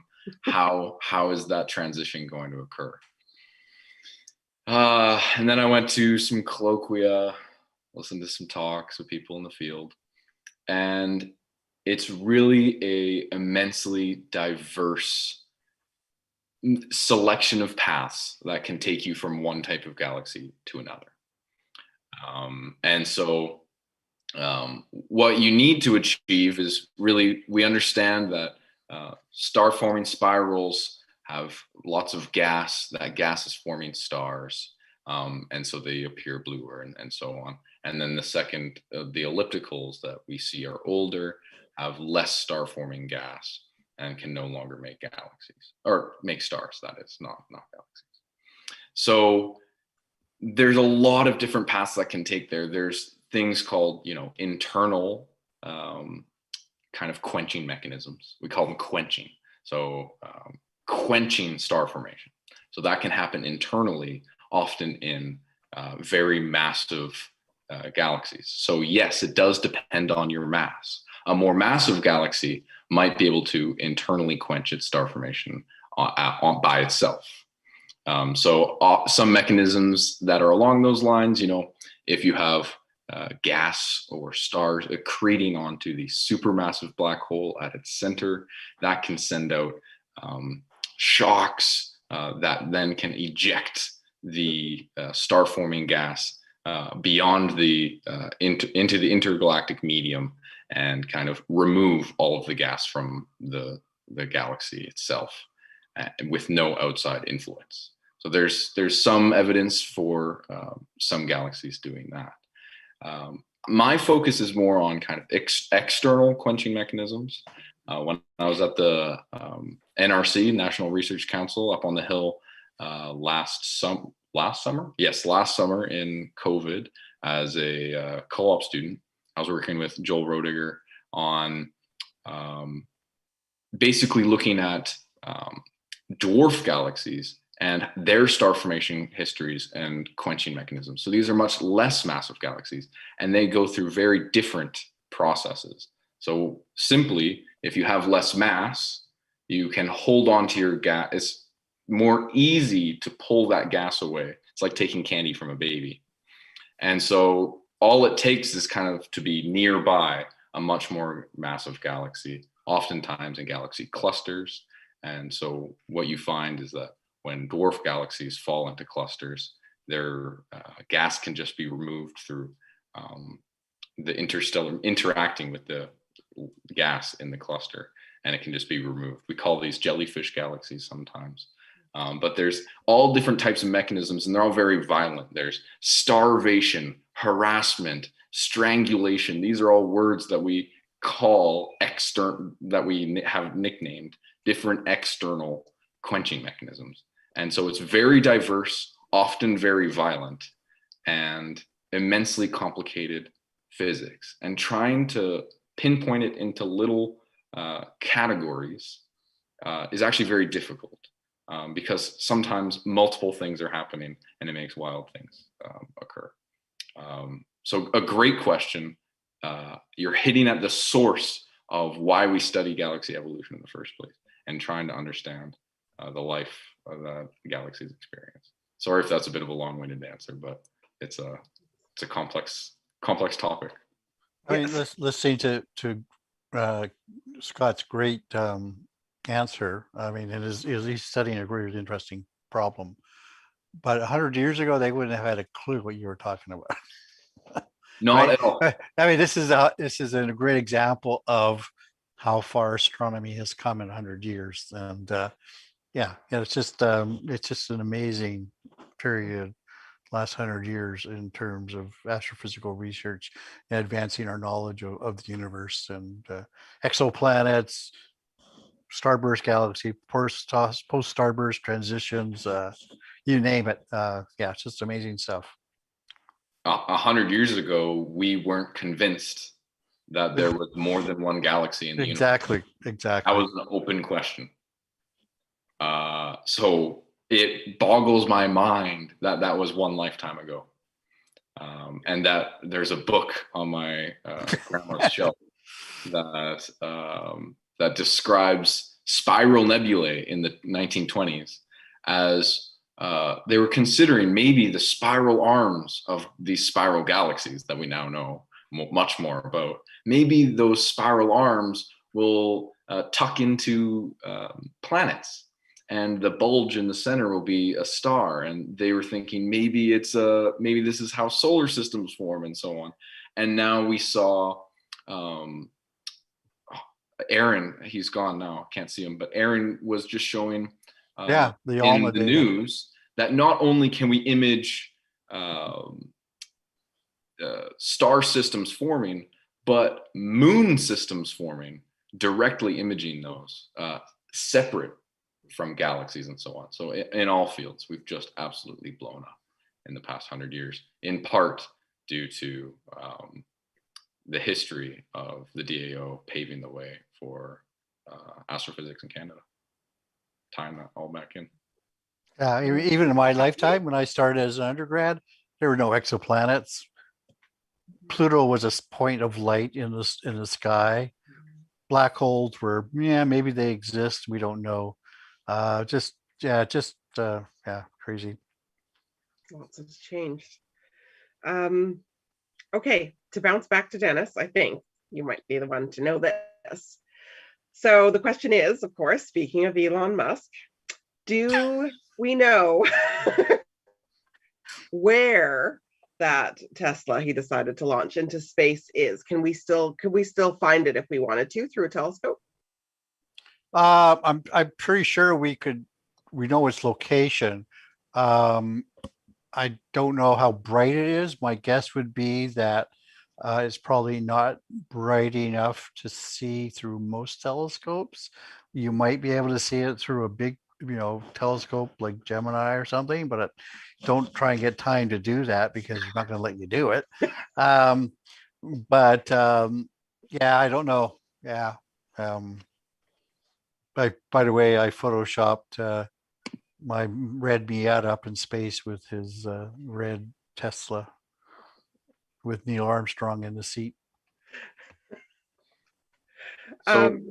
So Don Moffat sent in the there's a website. There's a website called www.whereisroadster.com. And so for whoever was interested in where it is, that's going to be a very valuable resource. I opened it on my own, and it looks like it overshot mine, and it has come back around, and it's going to be making another approach to Earth. I agree with Dennis, though. It's going to be very, very, very faint. And the website points out that it's exceeded its 36,000 mile warranty by almost 50,000 times.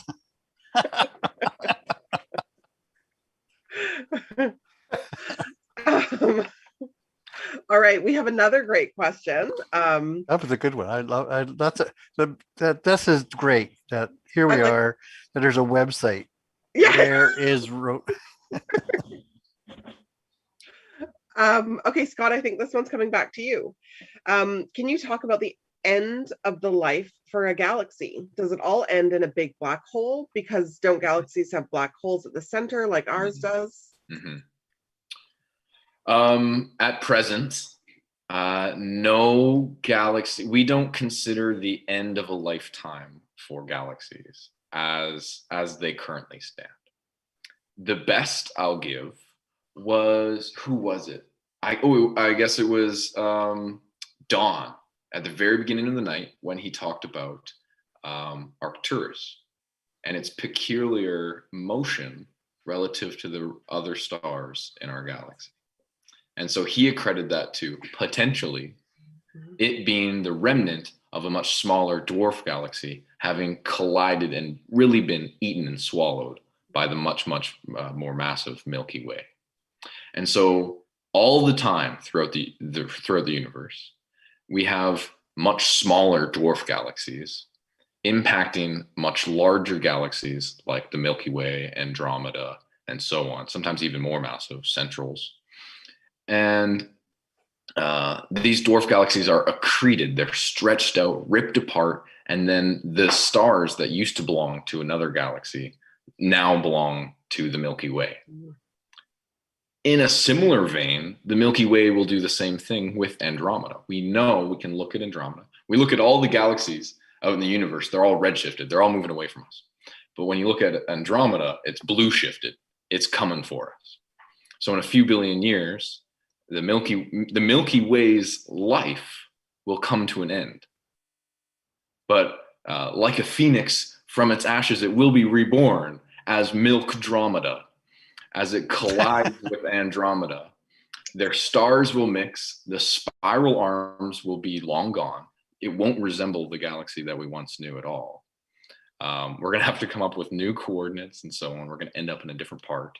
But most of the stars will not collide. There's enough space that things just pass right on through. The Earth and the Sun and the whole solar system is likely to go unharmed in such a violent galaxy-size collision. Scott, are we going to have to rename it? He did. Milkdromeda. So we'll have to change its name. Well, I mean, we can do whatever the heck we want, but we're going to have to cope with the fact that there used to be 2 galaxies and there's now 1. And that really encompasses the end of galaxies' lives in general. Is galaxies don't have a natural petering out. They don't turn into supermassive black hole. They don't get fully swallowed by their supermassive black hole. None of that. There's no evidence for any of that. What we see in the universe, what we have overwhelming evidence for, is hierarchical growth. So galaxies have the small dwarf galaxies are eaten by medium-sized Milky Ways, which then collide with Andromedas and make just massive ellipticals. And that's really the story of galaxy life. The short of it is galaxies are cannibals. Pretty much. A lot of cannibalism and a lot of violent, harassment. They're really not very kind. Galaxies are not really great. They're not. No, not good role models for how No. they treat each other. No. Thank you. Dennis, question for you, which is this question actually comes from me. Oh, okay. Sometimes, while I'm running around on the hill, I will hear bits of stories. And I thought that I heard that at one time there was someone living on the hill, like in the woods. There was. Is there a bit of a story? Peter the Hermit. Yes. There's a story written up in the newspaper in 1933-34. A reporter for the British colonists was roaming the hill and ran into this guy, Peter the Hermit. And apparently he used to work on a small farm near the bottom of the hill off Spartan Road or somewhere. And with the Depression, they couldn't afford to pay him. So he ended up finding a little place on the north side of the hill, a bit of a rock overhang. And he kind of tidied it up and, made it a little nicer. And he lived on the hill. So yes, Peter the Hermit was his name. That's as much as I know. Very affectionate name. So there's other stories about grow-ups on the hill. And Dan mentioned the recollections of 50 years on the hill. And there's stories of some of the older astronomers and about staff, when female staff members starting to be hired, about the male staff going off with the females. And so it's like lots of stuff happens up there. Up there, apparently. Yeah. Okay, and then the last question. And if anybody has any other questions, we'll of course have a similar segment in 2 weeks, so you can don't lose your questions. Come back in 2 weeks and ask them. But the last question is going to be for both of you. And that is, how did you come into the field? Like, Scott, did you as a young child just want to know what happens with galaxies? Like, is that just where you were at? Like, how did you guys end up where you are today, I guess? Go ahead, Scott. Yeah, Dennis, I'll go first. Mine was a bit more recent, I imagine. Yeah, I think so.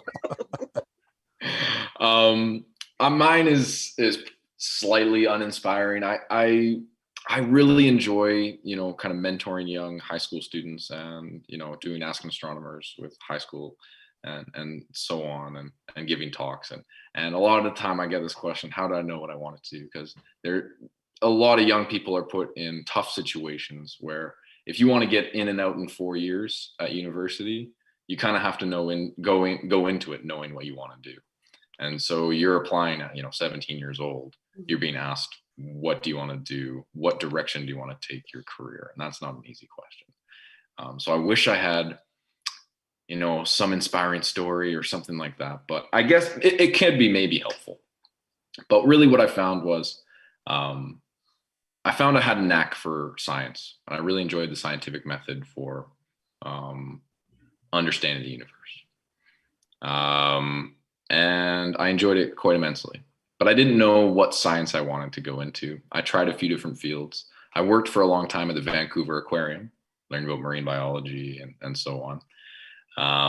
And I also really enjoyed educating people, educating the public at the Vancouver Aquarium and so on, and all that goes with it. But at the end of the day, when I was looking at universities and what degree I wanted to do, I asked myself, what question do I want to spend the rest of my life attempting to answer, or what flavor of questions? And what keeps me up at night? And what I found was, it was the big ones. It was, where do we come from? Where are we going? What is our place in the cosmos? And big questions of grandeur. But and astronomy and physics and astronomy were the answers, were the paths to answering those questions. And so I think even if you just push the envelope even slightly, by understanding the universe itself at a more fundamental level, any contribution helps us as a society know our place in the universe, and I find that very valuable. And so to wake up every day and contribute towards that, even in small ways, that's why I chose this field. Okay. Yes. So for me, I sort of grew up during the space race in the 60s. So and then Star Trek came on TV, which definitely was a factor. But basically, that was the context in the space race and opening up space.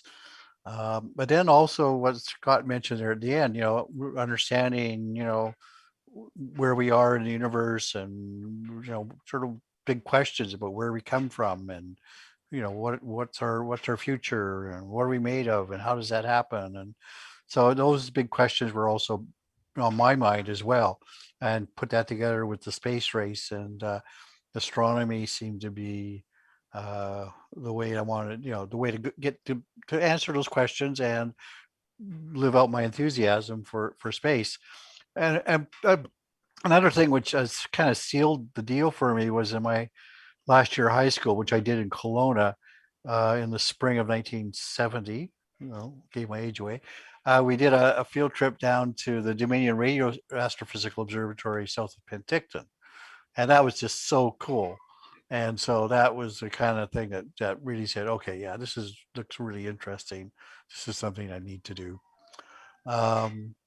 So I just as a bit of an answer for Scott, even though whatever you're doing today, don't feel that is your path for the next 50 years of your career. You have freedom to follow your desires, what the questions are of the time, and evolve your research and move in different directions or whatever. So, and it's a great freedom if you get as a research astronomer, you have that freedom to pursue the questions that are of interest to you. What keeps you up at night, as Scott said. Wonderful. Well, I want to thank you both for being our astronomers tonight. And like I said, we'll have this segment again in 2 weeks. If anybody has any other questions they've thought of, just save them or send them in to us on social media. And my last question, of course, goes to David Lee. And that is, of course, what are cataclysmic variable stars?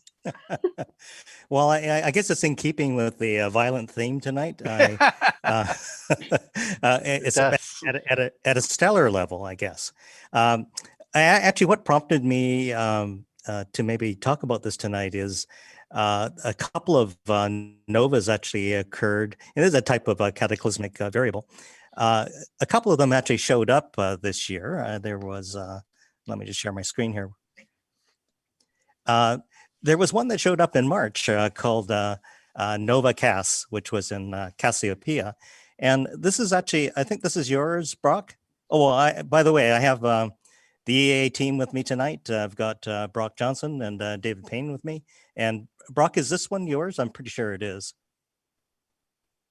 That's Yeah, mine. He's nodding. Yeah, I think we both kind of looked up into the sky in this direction. I got a shot too, but it's not near as nice as Brock's, and that's usually the case. So this one, actually, you see the green lines are actually pointing to it, and it got pretty bright. I can't remember the exact magnitude. I think it may have reached mag 5.6 or 6 or something like that. But what happens with these stars is that they will all of a sudden get really, really bright, and it may only last for a couple of weeks, and then they'll die back down again. Some of them actually have periods. But novas, I guess we'll learn a little bit more about that when we ask Scott about them. Yeah, some of them are also supernova as well, and they're a little bit more final, I guess, in terms of their violence. But anyways, I'm going to stop my share, and Scott, can you maybe tell us a little about what these stellar objects are? I can. So my goal for here is to, take that image that Brock took and just give it some context. And so I didn't want to make, too formal of a presentation or anything like that sort. I want to keep it pretty informal. What I did is I went and I dug around my laptop. I'm a bit of a hoarder, as you'll probably see, just for images that would give us some context, and we can go through it. But, to understand a process as, violent and complicated as novas are. And I'll also address the elephant in the room, who knows whether you want to call them novae, novas. I tend towards novas as the next generation of astronomers. I'm doing the world a service, so you don't have to guess between novae and novae. And I'm going to start calling them novas. It's Latin, so I speak English. It is what it is. I'll continue to anglicize words into oblivion. Don't reject tradition, Scott. If only we had advanced past magnitudes and things like this. Oh my gosh, I have the burden of all the astronomers that came before me. And the traditions they didn't oppose. Anyhow, that's neither here nor there. So what is a nova? At its most basic element, at its foundation, is a nova, the one of which David was showing that Brock took an image of, is a white dwarf who's accumulated an additional source of matter, usually hydrogen or helium, hydrogen in the most part, reaches a critical temperature and pressure and ignites in nuclear fusion and becomes bright enough to be seen in the night sky, especially by our ancestors, even with the unaided eye. And thus they were given the name nova, simply meaning new star. Just a new star, a new point source in the night sky that you couldn't see the previous night, would last, maybe a few days, maybe a few weeks, as we'll talk about, and then would no longer be visible again. Just as the image that Brock took. Do you guys reckon we probably can't even see it with the naked eye at this point? I've got a few nods there, that's good. See, there's the hoarding. So to begin with, to understand, okay, so we had a few questions. I said a lot of words there, but to give it full context, we have to first understand what is a white dwarf and how did it get here? So I took this, kind of unique color magnitude diagram that we call them, one that I made earlier this year in my final semester of my undergrad in my stellar evolution course. So this is a color magnitude diagram of a globular cluster. And so you can see that they fit well in isochrone with a given metallicity, number of alpha elements, and so on. And you can learn about stars that way. But at its most fundamental level, a color magnitude diagram, by simply taking the difference between two bands along the x-axis as a proxy for color, and using one of those bands on the y-axis as a proxy for brightness, you can understand just a abnormal wealth of information about the star or stars that you're looking at. And so this is also commonly, that's the observational perspective. Hertz sprung, come on, there we go. But the more theoretical idea is represented from an HR diagram, from a Hertzsprung-Russell diagram, which is just a color magnitude diagram, but rather than using observational quantities, it uses more theoretical properties like luminosity. That's not always easily, this one's also color. Here's a better Hertzsprung-Russell. Luminosity on the y-axis, and hopefully you can see on the x, temperature along the x-axis. And of course, color and temperature are directly related through Wien's law, which is a whole nother story. But you can see in just one diagram with two parameters involved, you can see the entire range of stellar evolution. So we begin on what's called the main sequence of stellar evolution, where all stars begin burning hydrogen and fall along this line in the Hertzsprung-Russell diagram.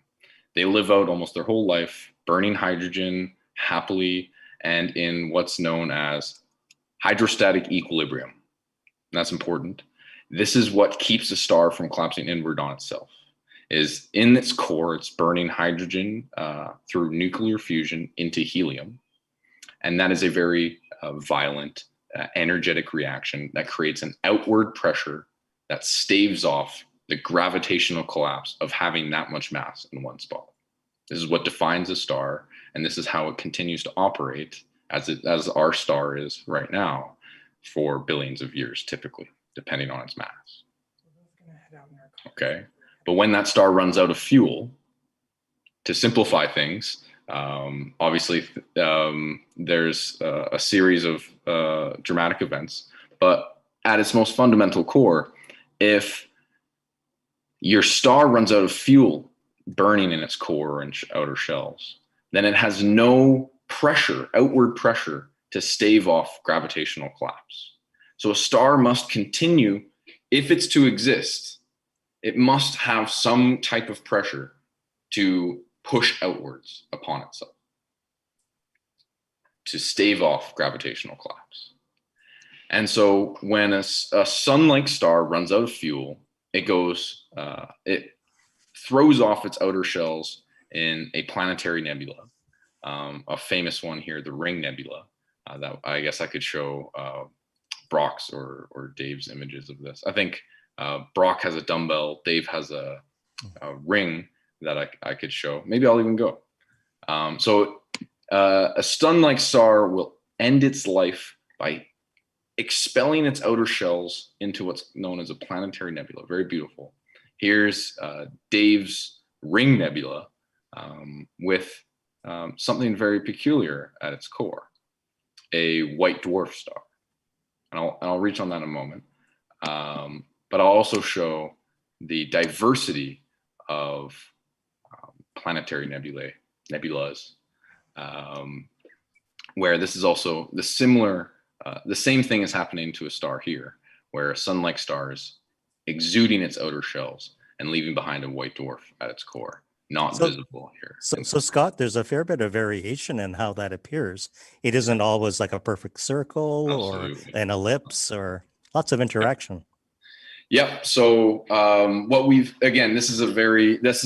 your question is pushing the boundaries of current scientific research. Why do planetary nebula, which are the same thing, tends to be happening? These stars are fairly similar. It's a pretty well understood end of a sun-like star's lifetime, but they produce such a diversity in morphology, in shape. And so there's a lot of ideas as to why this might be. You know, the mass of the star is going to be at play. That's going to decide how violent, how much there is. There's going to be what elements there are. Is there a companion star? If there's a companion, there might be a gravitational pull that, you know, you can imagine this dumbbell might have been pulled in one direction or another. There's also magnetic fields that become immensely important as well. How fast was the star rotating? Was it a fast rotator, slow rotator? Things of this sort. I'm imagining these all are factors that would fundamentally come down. But also, it's a very chaotic system. So even if we understood all of those properties, a small tweak in the initial conditions of this collapse and then exuding of gases and dust is going to create a very different outcome.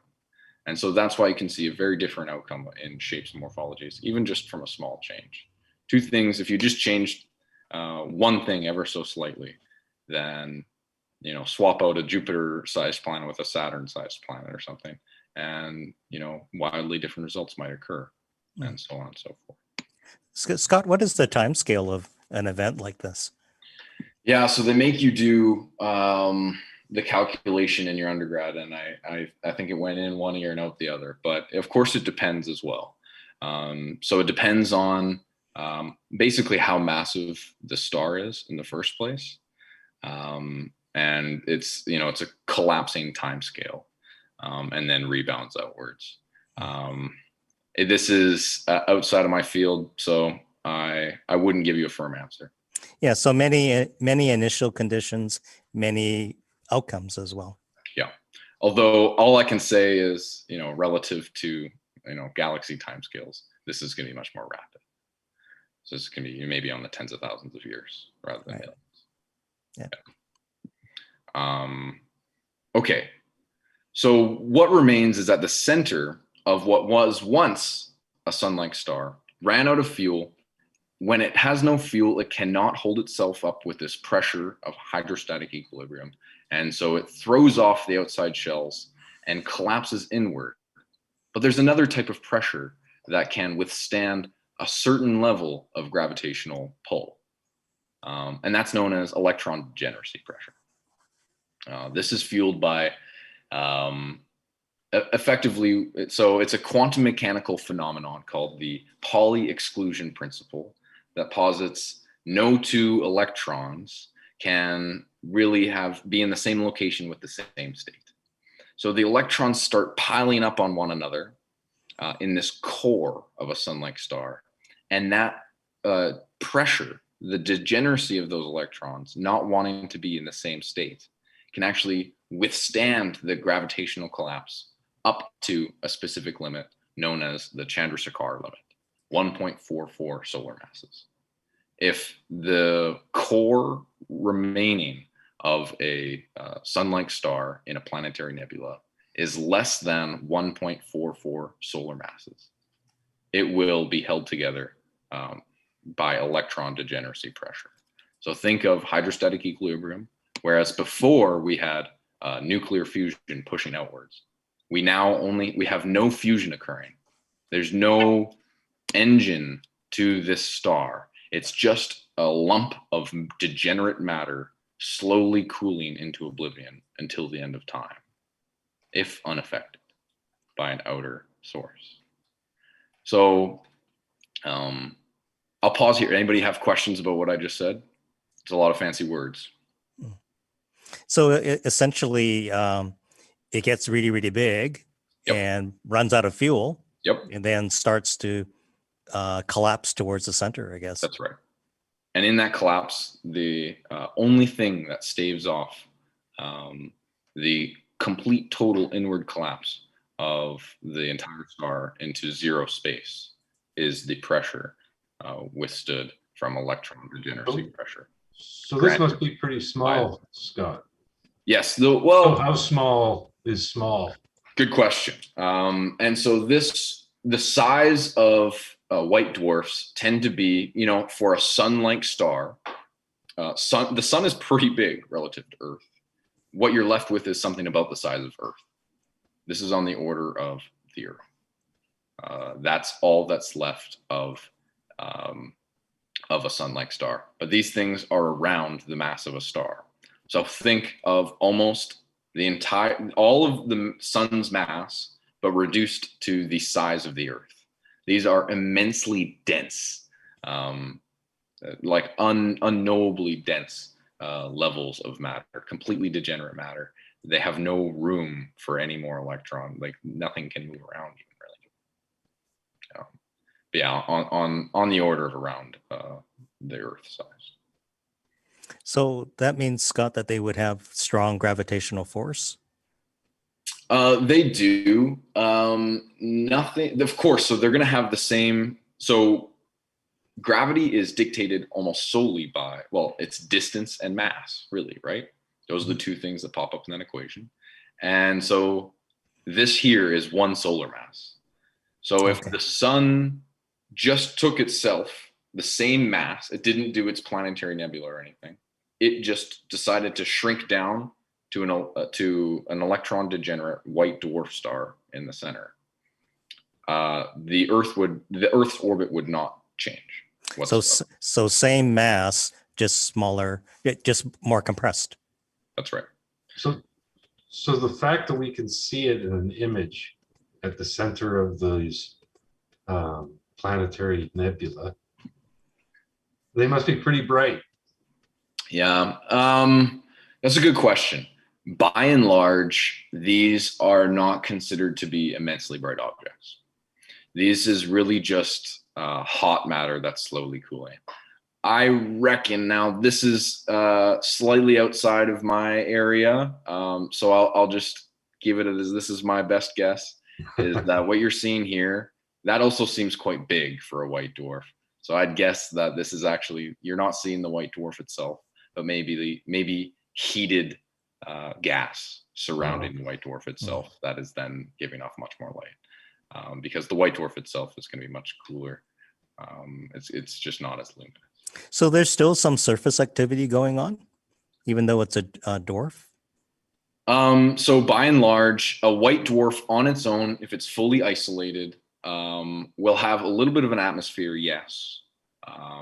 But, you know, I wouldn't consider there to be tremendous activity on it, no. Yeah. Not like its former self. Not like its former self, no.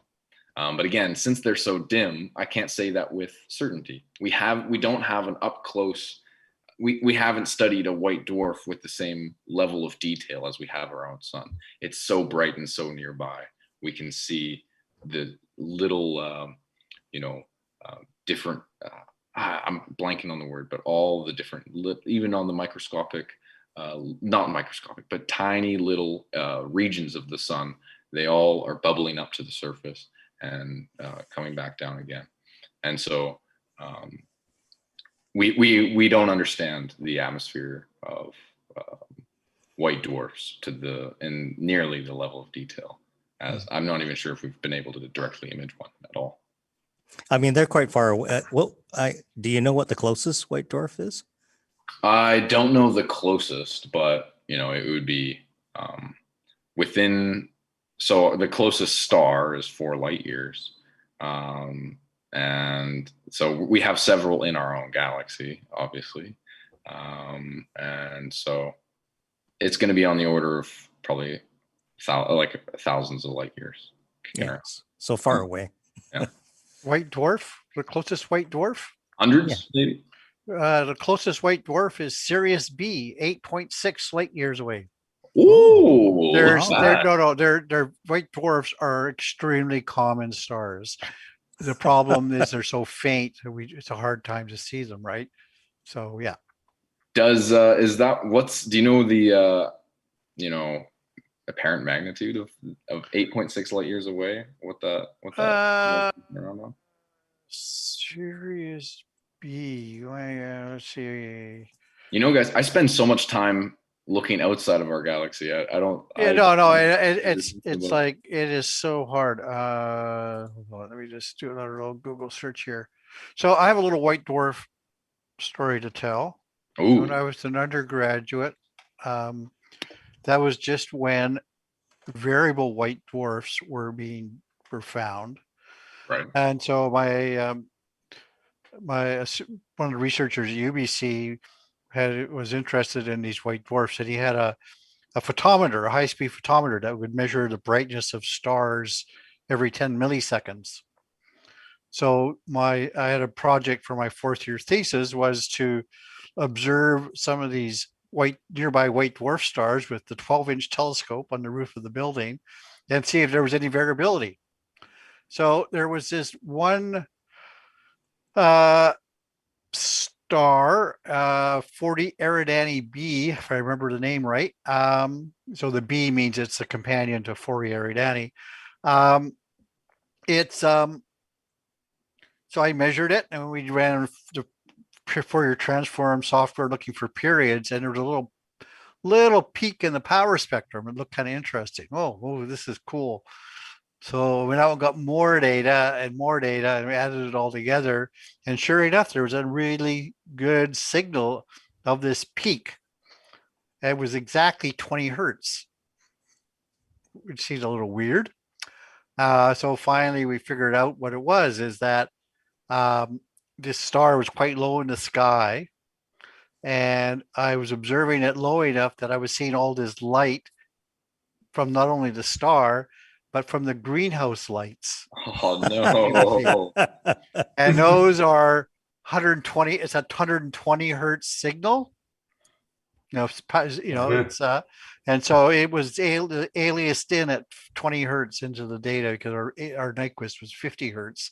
So I discovered something, but it was the greenhouse lights. So how long did it take you to discover that? Oh, one of the other faculty members suggested that as a possibility, and I just went out and observed a blank sky, and got signal from the greenhouse lights, and sure enough, there it is. So, how bright is it? Apparent magnitude 8.4.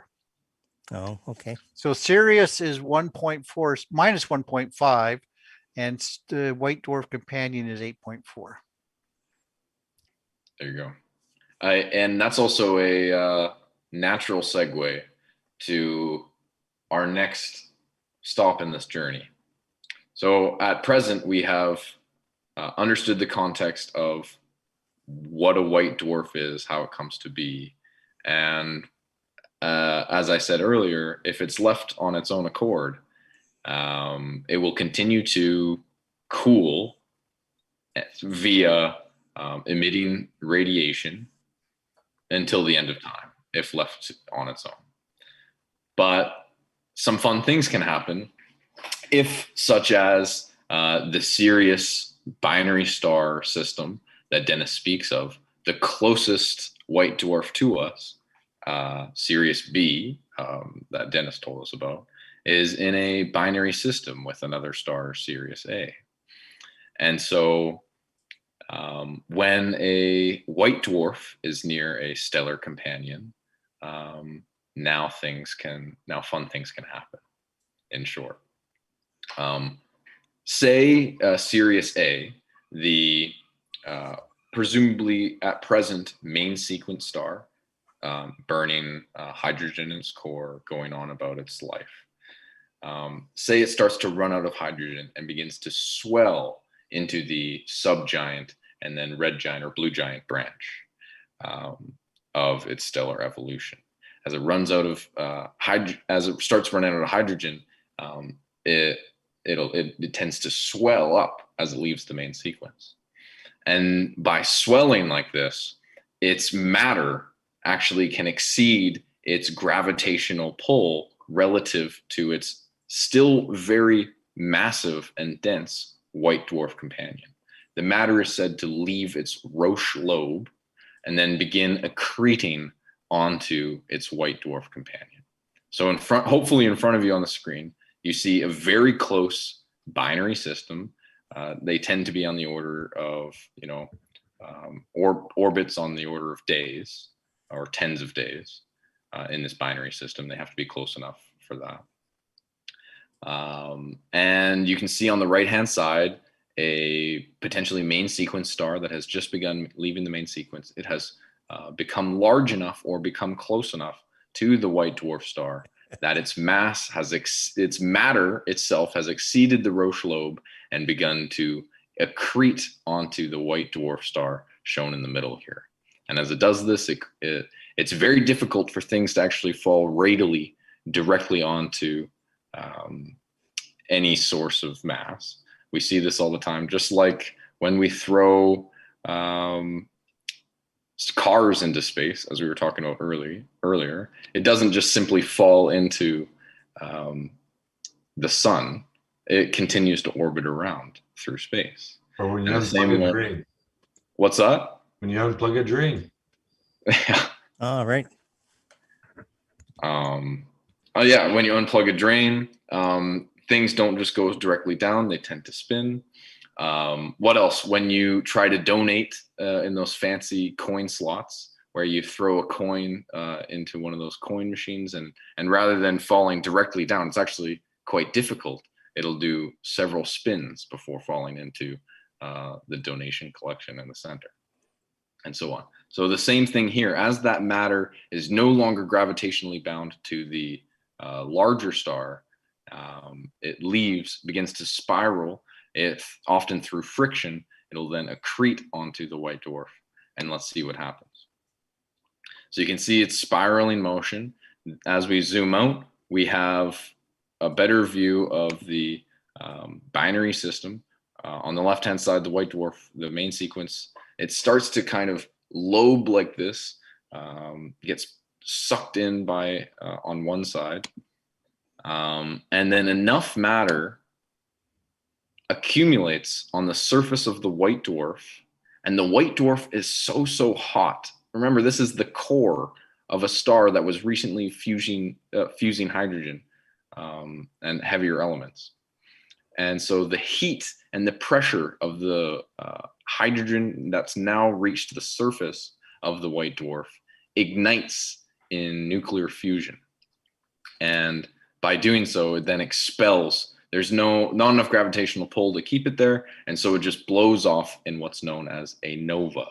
So this is what we're seeing. And then as we continue to zoom out, so also note that once that violent explosion occurs, that stream and that disk are also blown off altogether.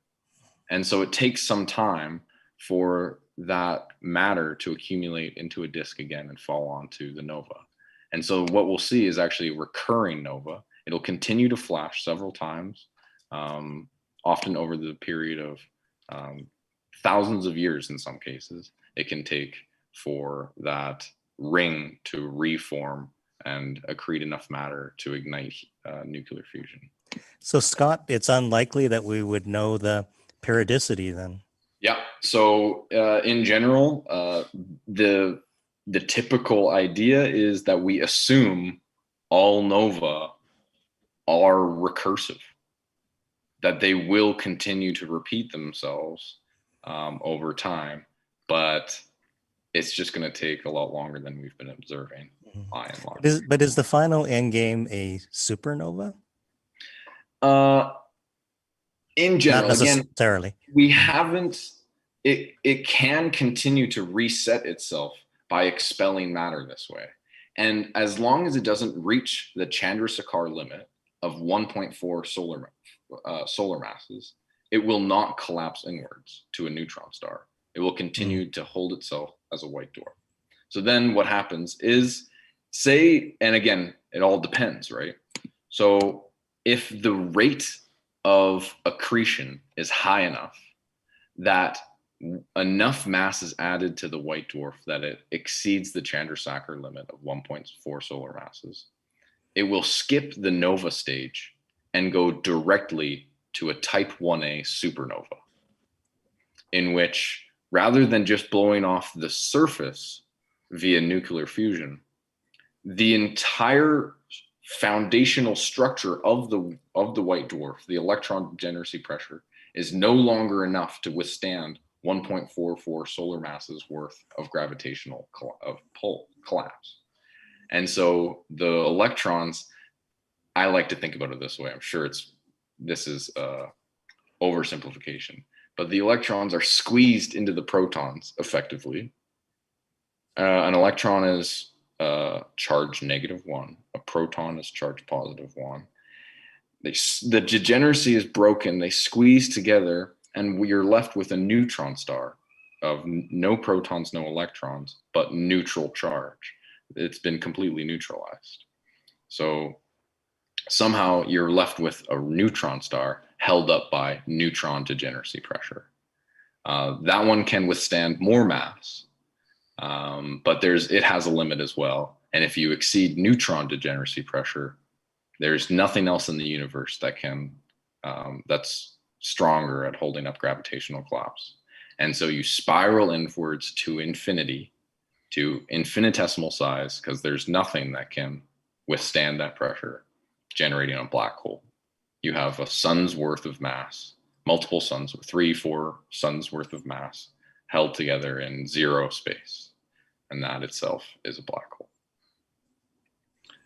But for now, what we watch is the surface, just the atmosphere of accreted hydrogen helium ignite in nuclear fusion and give off bright, often repetitive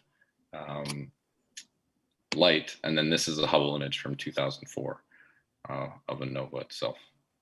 And so that occurs quite often throughout our galaxy. We tend to observe, a dozen or so a year, and but it's predicted that there's more than that. I think the estimate I read earlier today was around 50 plus or minus 20 per year occur in our galaxy, but we just can't observe them all because they're obscured by gas and dust and other stars. They may be on the other side of the galaxy from us, and so we don't get to observe them. Yeah, I think a lot of them are actually often observed or found by amateurs, actually, because the surveys won't necessarily pick them up, or they wouldn't have been paying attention to them.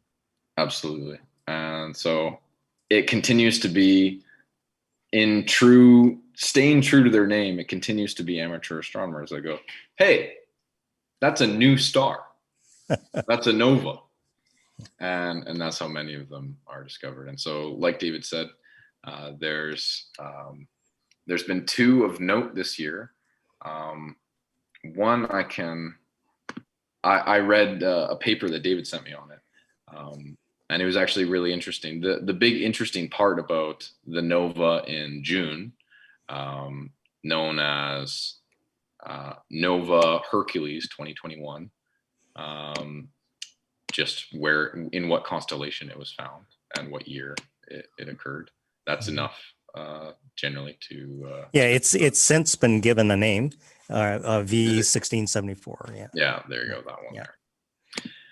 Now, what's unique about it is at the very early beginnings of its light curve.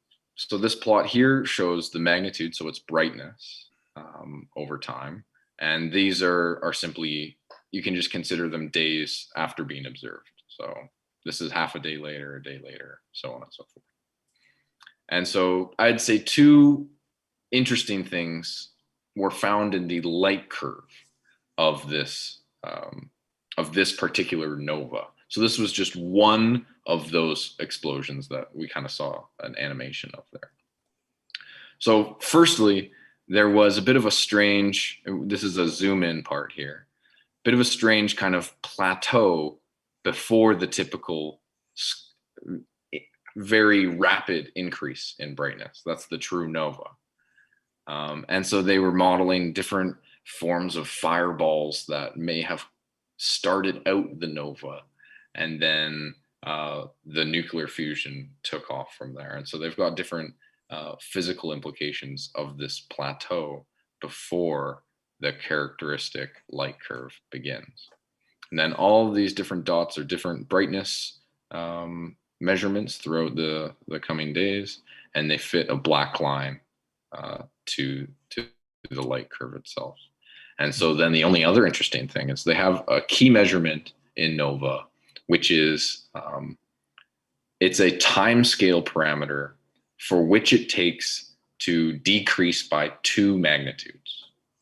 So its peak was around 6 mag, basically observable by eye. And then oftentimes it can take days for it to decrease by 2 magnitudes. Wow. But this one was the fastest known recession in brightness ever recorded. Wow, that's amazing. Like 1.14 days or something. It lasted a day Right. before it dropped by 2 magnitudes again. So you can see here it peaked at around 0.75 days, and then a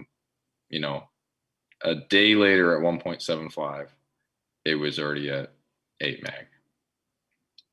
Normally they will stay bright and visible for much, much longer than that, days and weeks. Hey, Scott, I'm getting the signal that we should probably move on, but thank you for that great explanation of NOVA. I sort of listened to this with great interest since I've just started to observe variable stars. So that's really great information.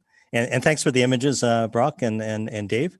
And I understand that Dan is getting ready, or he is ready in the Plasket. So we should be able to continue this conversation with some of his images. I understand he has M13 and M57 lined up. So Dan, anytime you're ready, just take the reins. Oh, yeah, I just got them. One sec.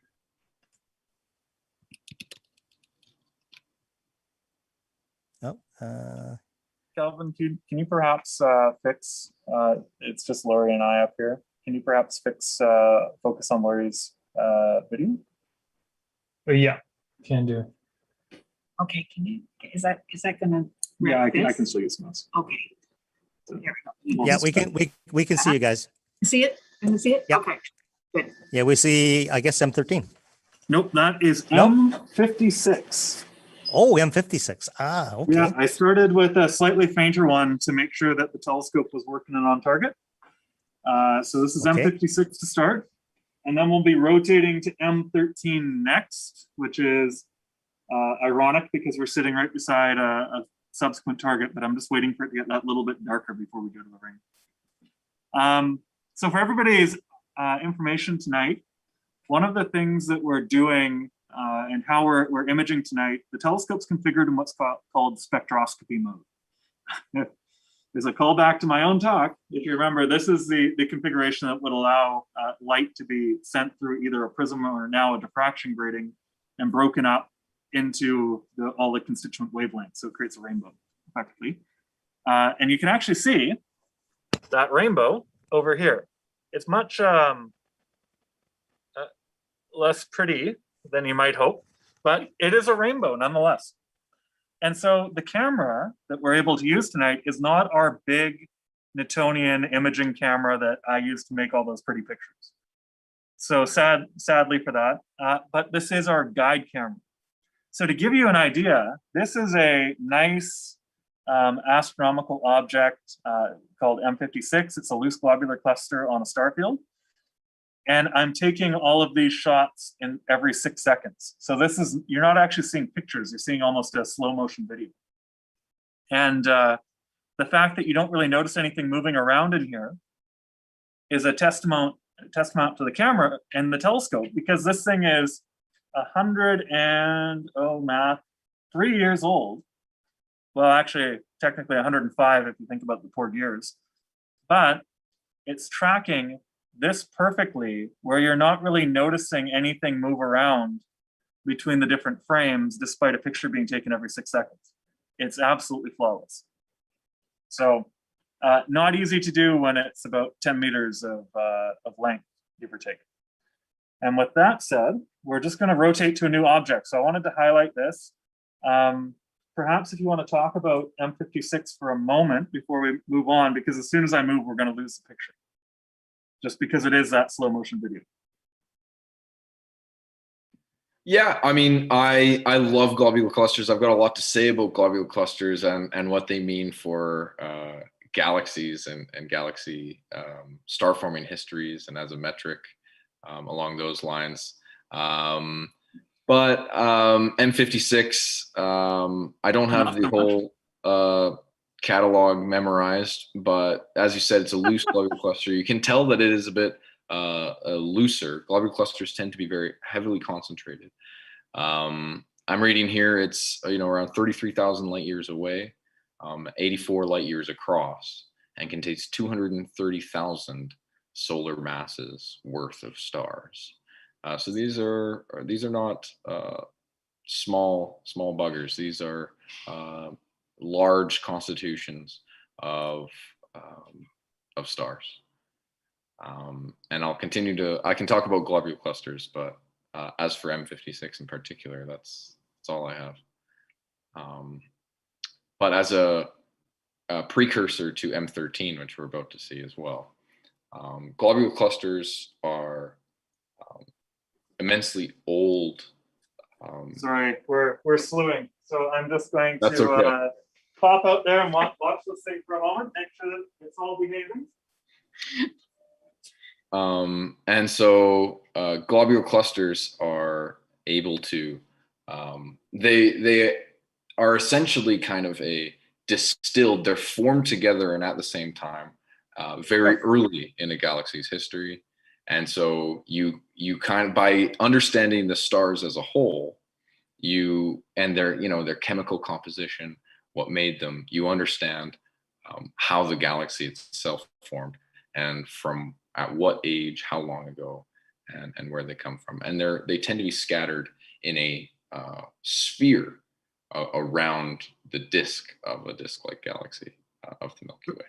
So Scott, we're just about to go to M13 here. I'm just waiting for everything to settle. You can still see a few of the streaks going through the frame. There it is coming into frame. Nice.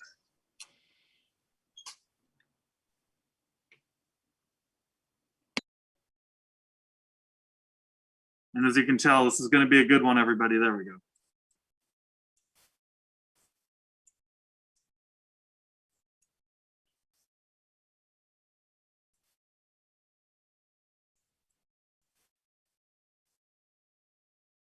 How's that? A little bit washed it.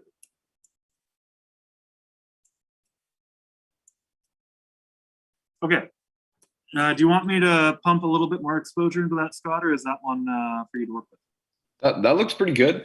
I would say what I enjoyed the most about the contrast between those two images was, maybe it's just my memory's fooling me now, but this one, you seem to be, it seems to fill the field of view much more. Yes. The last one was a bit smaller, even though it was kind of a loose globular cluster. This one's a denser cluster, but seems to fill the field of view a bit more. And that's a testament to it being roughly the same size as the last globular cluster, but 10,000 light years closer. What else can I say? So this one also has that neat intersection with the Arecibo message, if you want to go. Right. Yeah. You can go ahead and if you know more about that, I vaguely know about that, but. Okay, so I'm not even going. So I'm a historian. Normally, I work in decades here, but I'm not even going to take a stab at the decade because I can't actually remember. But if everybody will recall, we lost a really important telescope late last year / earlier this year, the Arecibo telescope. Famous not just because of its involvement in GoldenEye, which was a triumph of cinema, if anybody likes Bond from the 90s, but also a really important telescope for radio astronomy. One of the biggest domes I think that we have available until it was superseded by a slightly larger telescope out in China. And it did quite a bit of interesting work, none of which I can properly give insight into. But one of the cool things that they did with that telescope is they didn't just receive, they actually sent a message. And so it's the Arecibo telescope. The message is called the Arecibo message.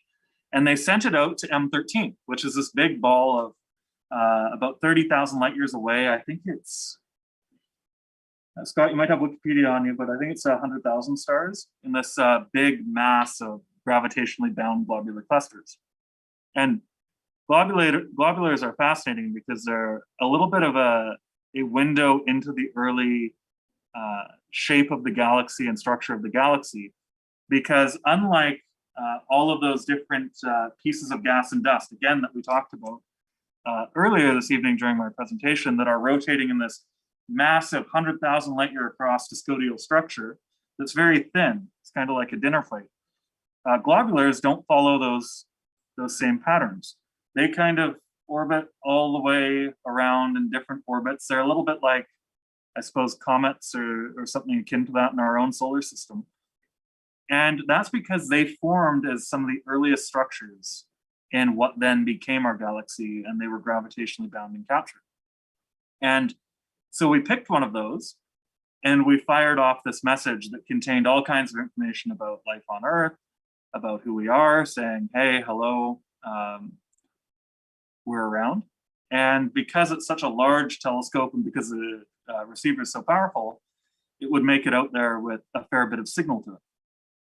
The only problem was that it was a little bit of a publicity stunt because, of course, we shot it at M13, and M13's moving. So by the time that 30,000 light years takes place, it's not going to be where we shot the message. But anyway, M13, the target of the Arecibo message. Dan, I'd like to add that James DeFrancesco did a Star Party talk a couple times ago that mentioned the Arecibo message. So that talk is called "Is Anybody Out There?" So that's available on our YouTube channel. Oh, right. Yeah. Oh, perfect. Yeah. I will just note to anybody who is curious that James will do 100 times the job I did in explaining any of that, because yeah, James is wonderful. So I'm just going to slew to a new target, which means that we'll lose our image again here. So take one last look at M13 before it says goodbye. And here we go. Good camera work, Laurie. Oh, thank you. Yeah. Yeah, you're great at this. Yes, I wouldn't be anywhere without Laurie. So all credit goes to her. Nope, not at So all. we had a question again this was earlier this year. It was like the first question that was asked in my first class of Arif Babul's Astro 403. I guess this was September last year, 2020. And he asked us, it was kind of a riddle type question. He said, if you found yourself in a globular cluster, you're in, I think he said USS Enterprise. Dennis would have loved this. And all you had was a piece of charcoal and a thermometer. How would you navigate the USS Enterprise's navigation systems were down? How would you navigate your way out of the globular cluster? I remember hearing that, but I don't remember what the solution was. It was a weird Babul problem. Of course, yeah. But in short, of a ring. Yeah, And there it is. ooh, very nice. Oh, So just give me a moment here. We can do more with this. close up, please. So it's still just settling. There it is settling. Mhm. But I'm also upping the exposure. And we'll see what we can pull in. So one of the funny things with astronomy is that astronomers are afraid of many things. The wrong kind of light is one of them. It used to be because if you didn't have a black room, then your photographic plates would all be ruined.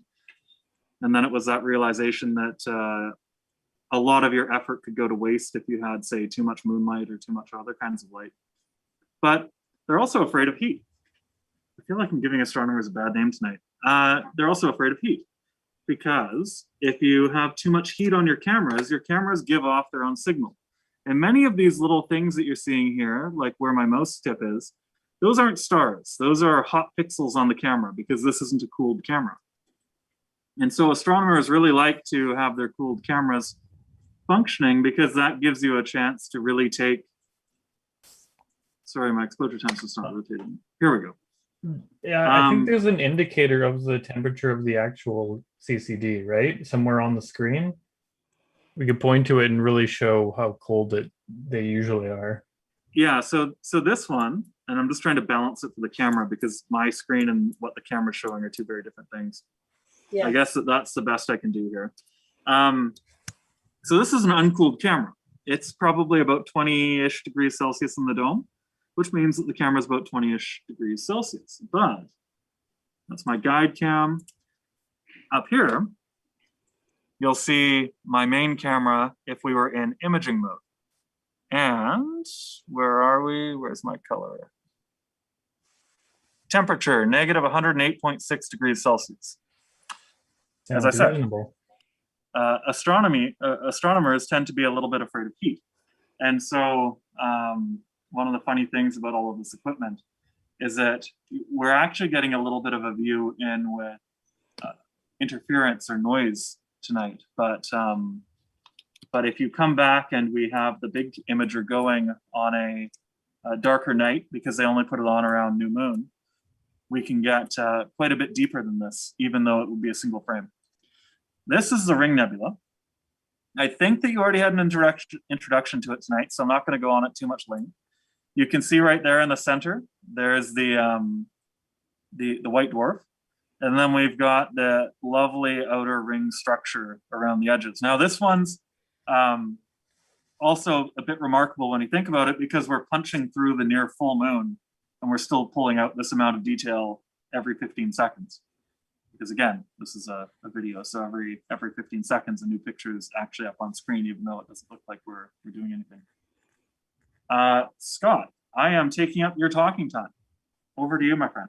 Hey, that's fine by me. Yeah, that's a lot of good insight.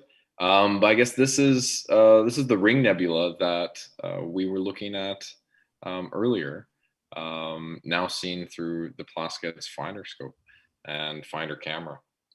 And so what you're seeing is, if I'm going to try and make it bigger on my screen.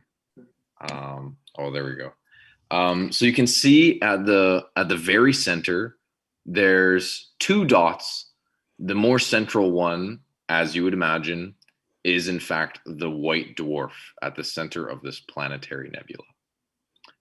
And so all the physics of which we spoke earlier applies all the same here. Now, the ring continues outward.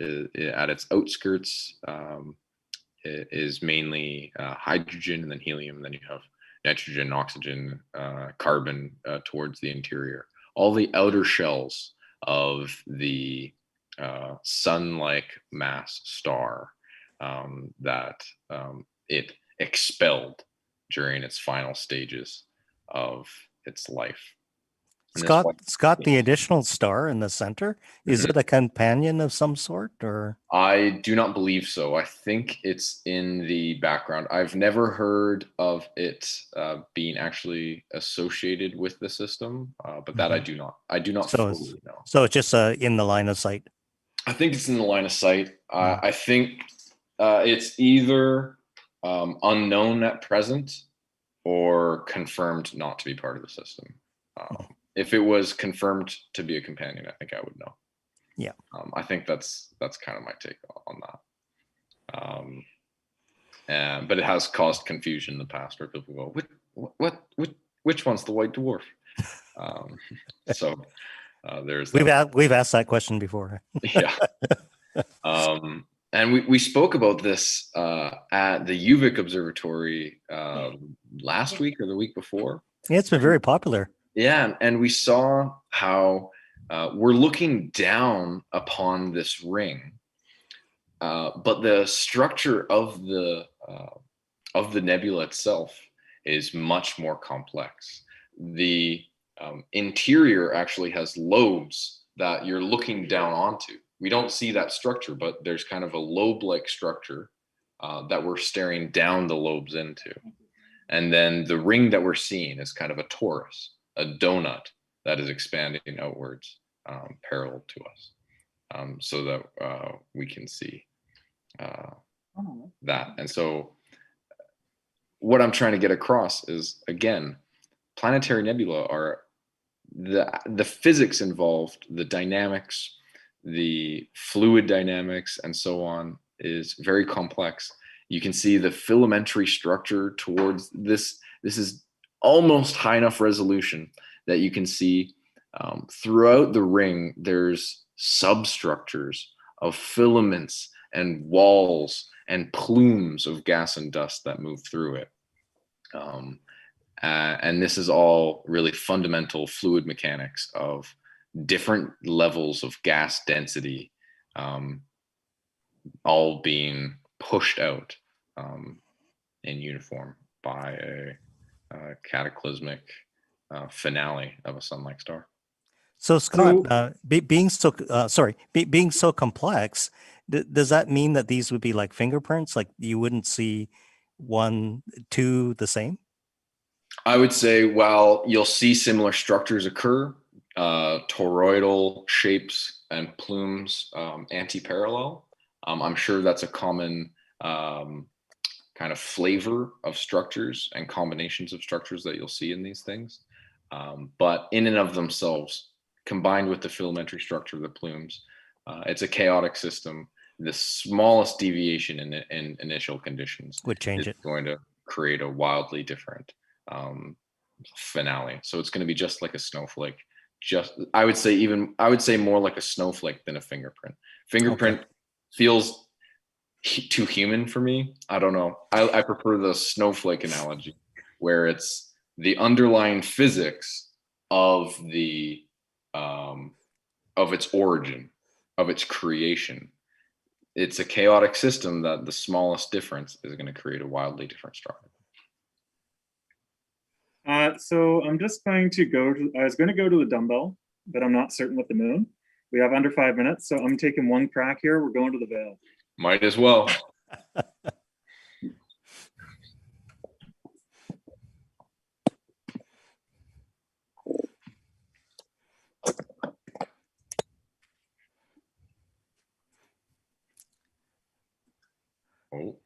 Oh, the cam is going crazy. We're getting a look at the About plastic. as far east as I can get, which is why I'm watching the thing. I haven't seen that big fella in person in a while now. It sure looks creepy from in here. It's dark, and this white kind of eerie looking thing. And kind of quiet too, right? When it's slewing. Oh, it's yeah, dead silent. yeah. You'll hear almost nothing. You don't even know that it's going. You have to actually go and watch it actually doing it. So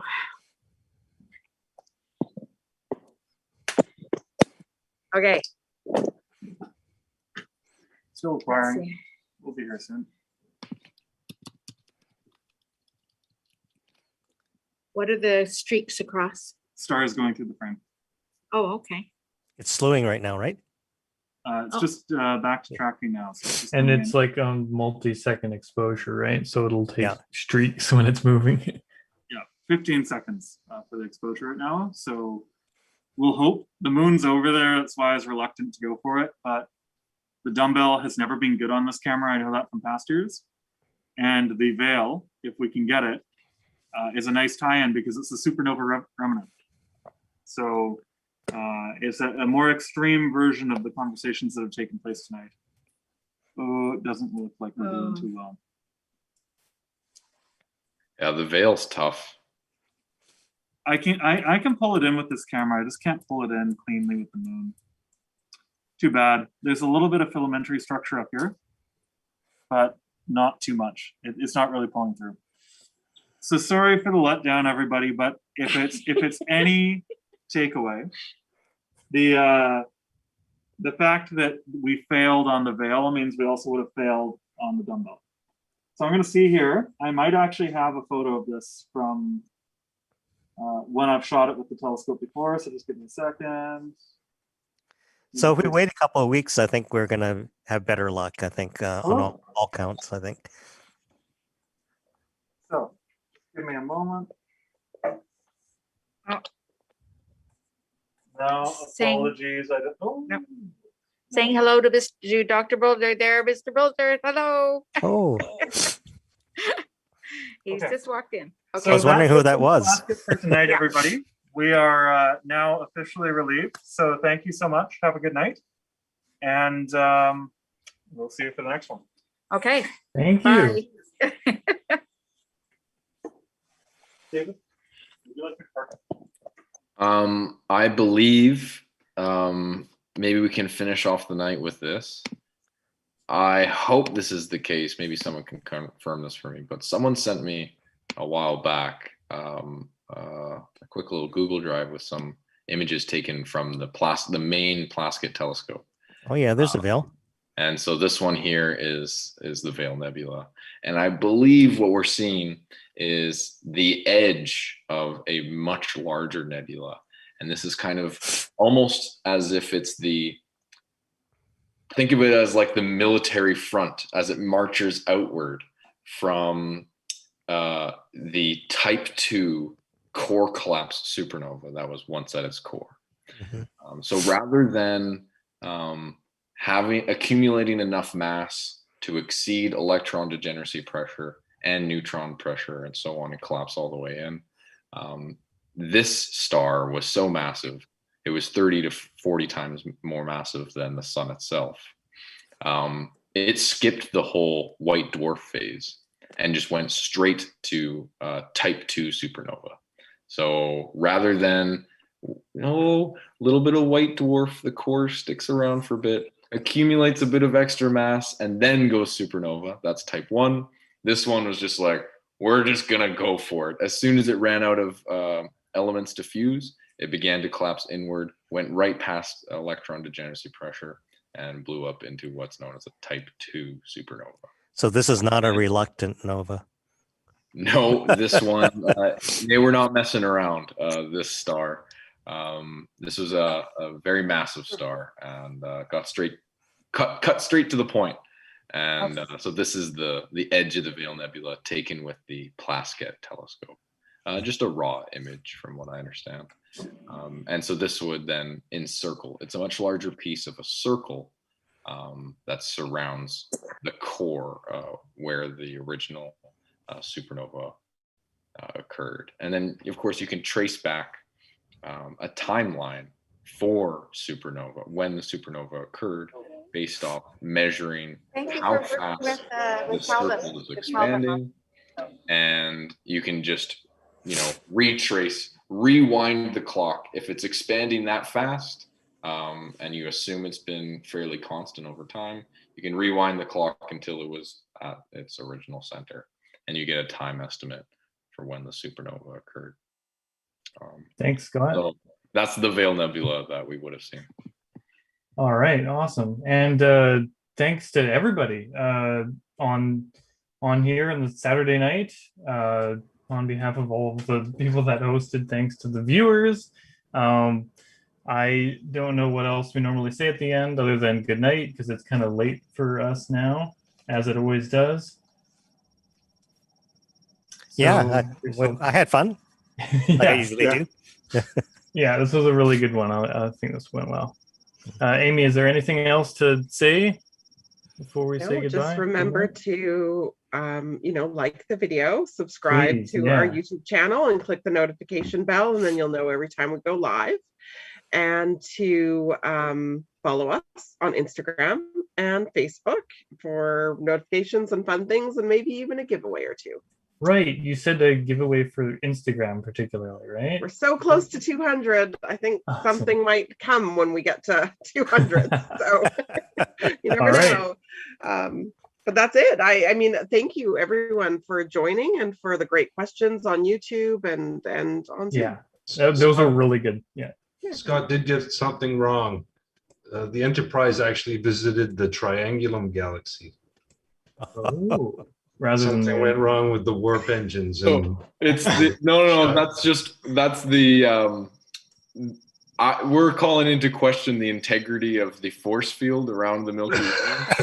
This will be next Star Party. All right, we'll save this conversation for next Star Party. I guess you're right, David. The force field around the Milky Way. I've got some learning to do here. That's far-fetched. Maybe in a parallel world, Dave. All right, Calvin, do you want to? Yeah. Good night, everybody. Okay.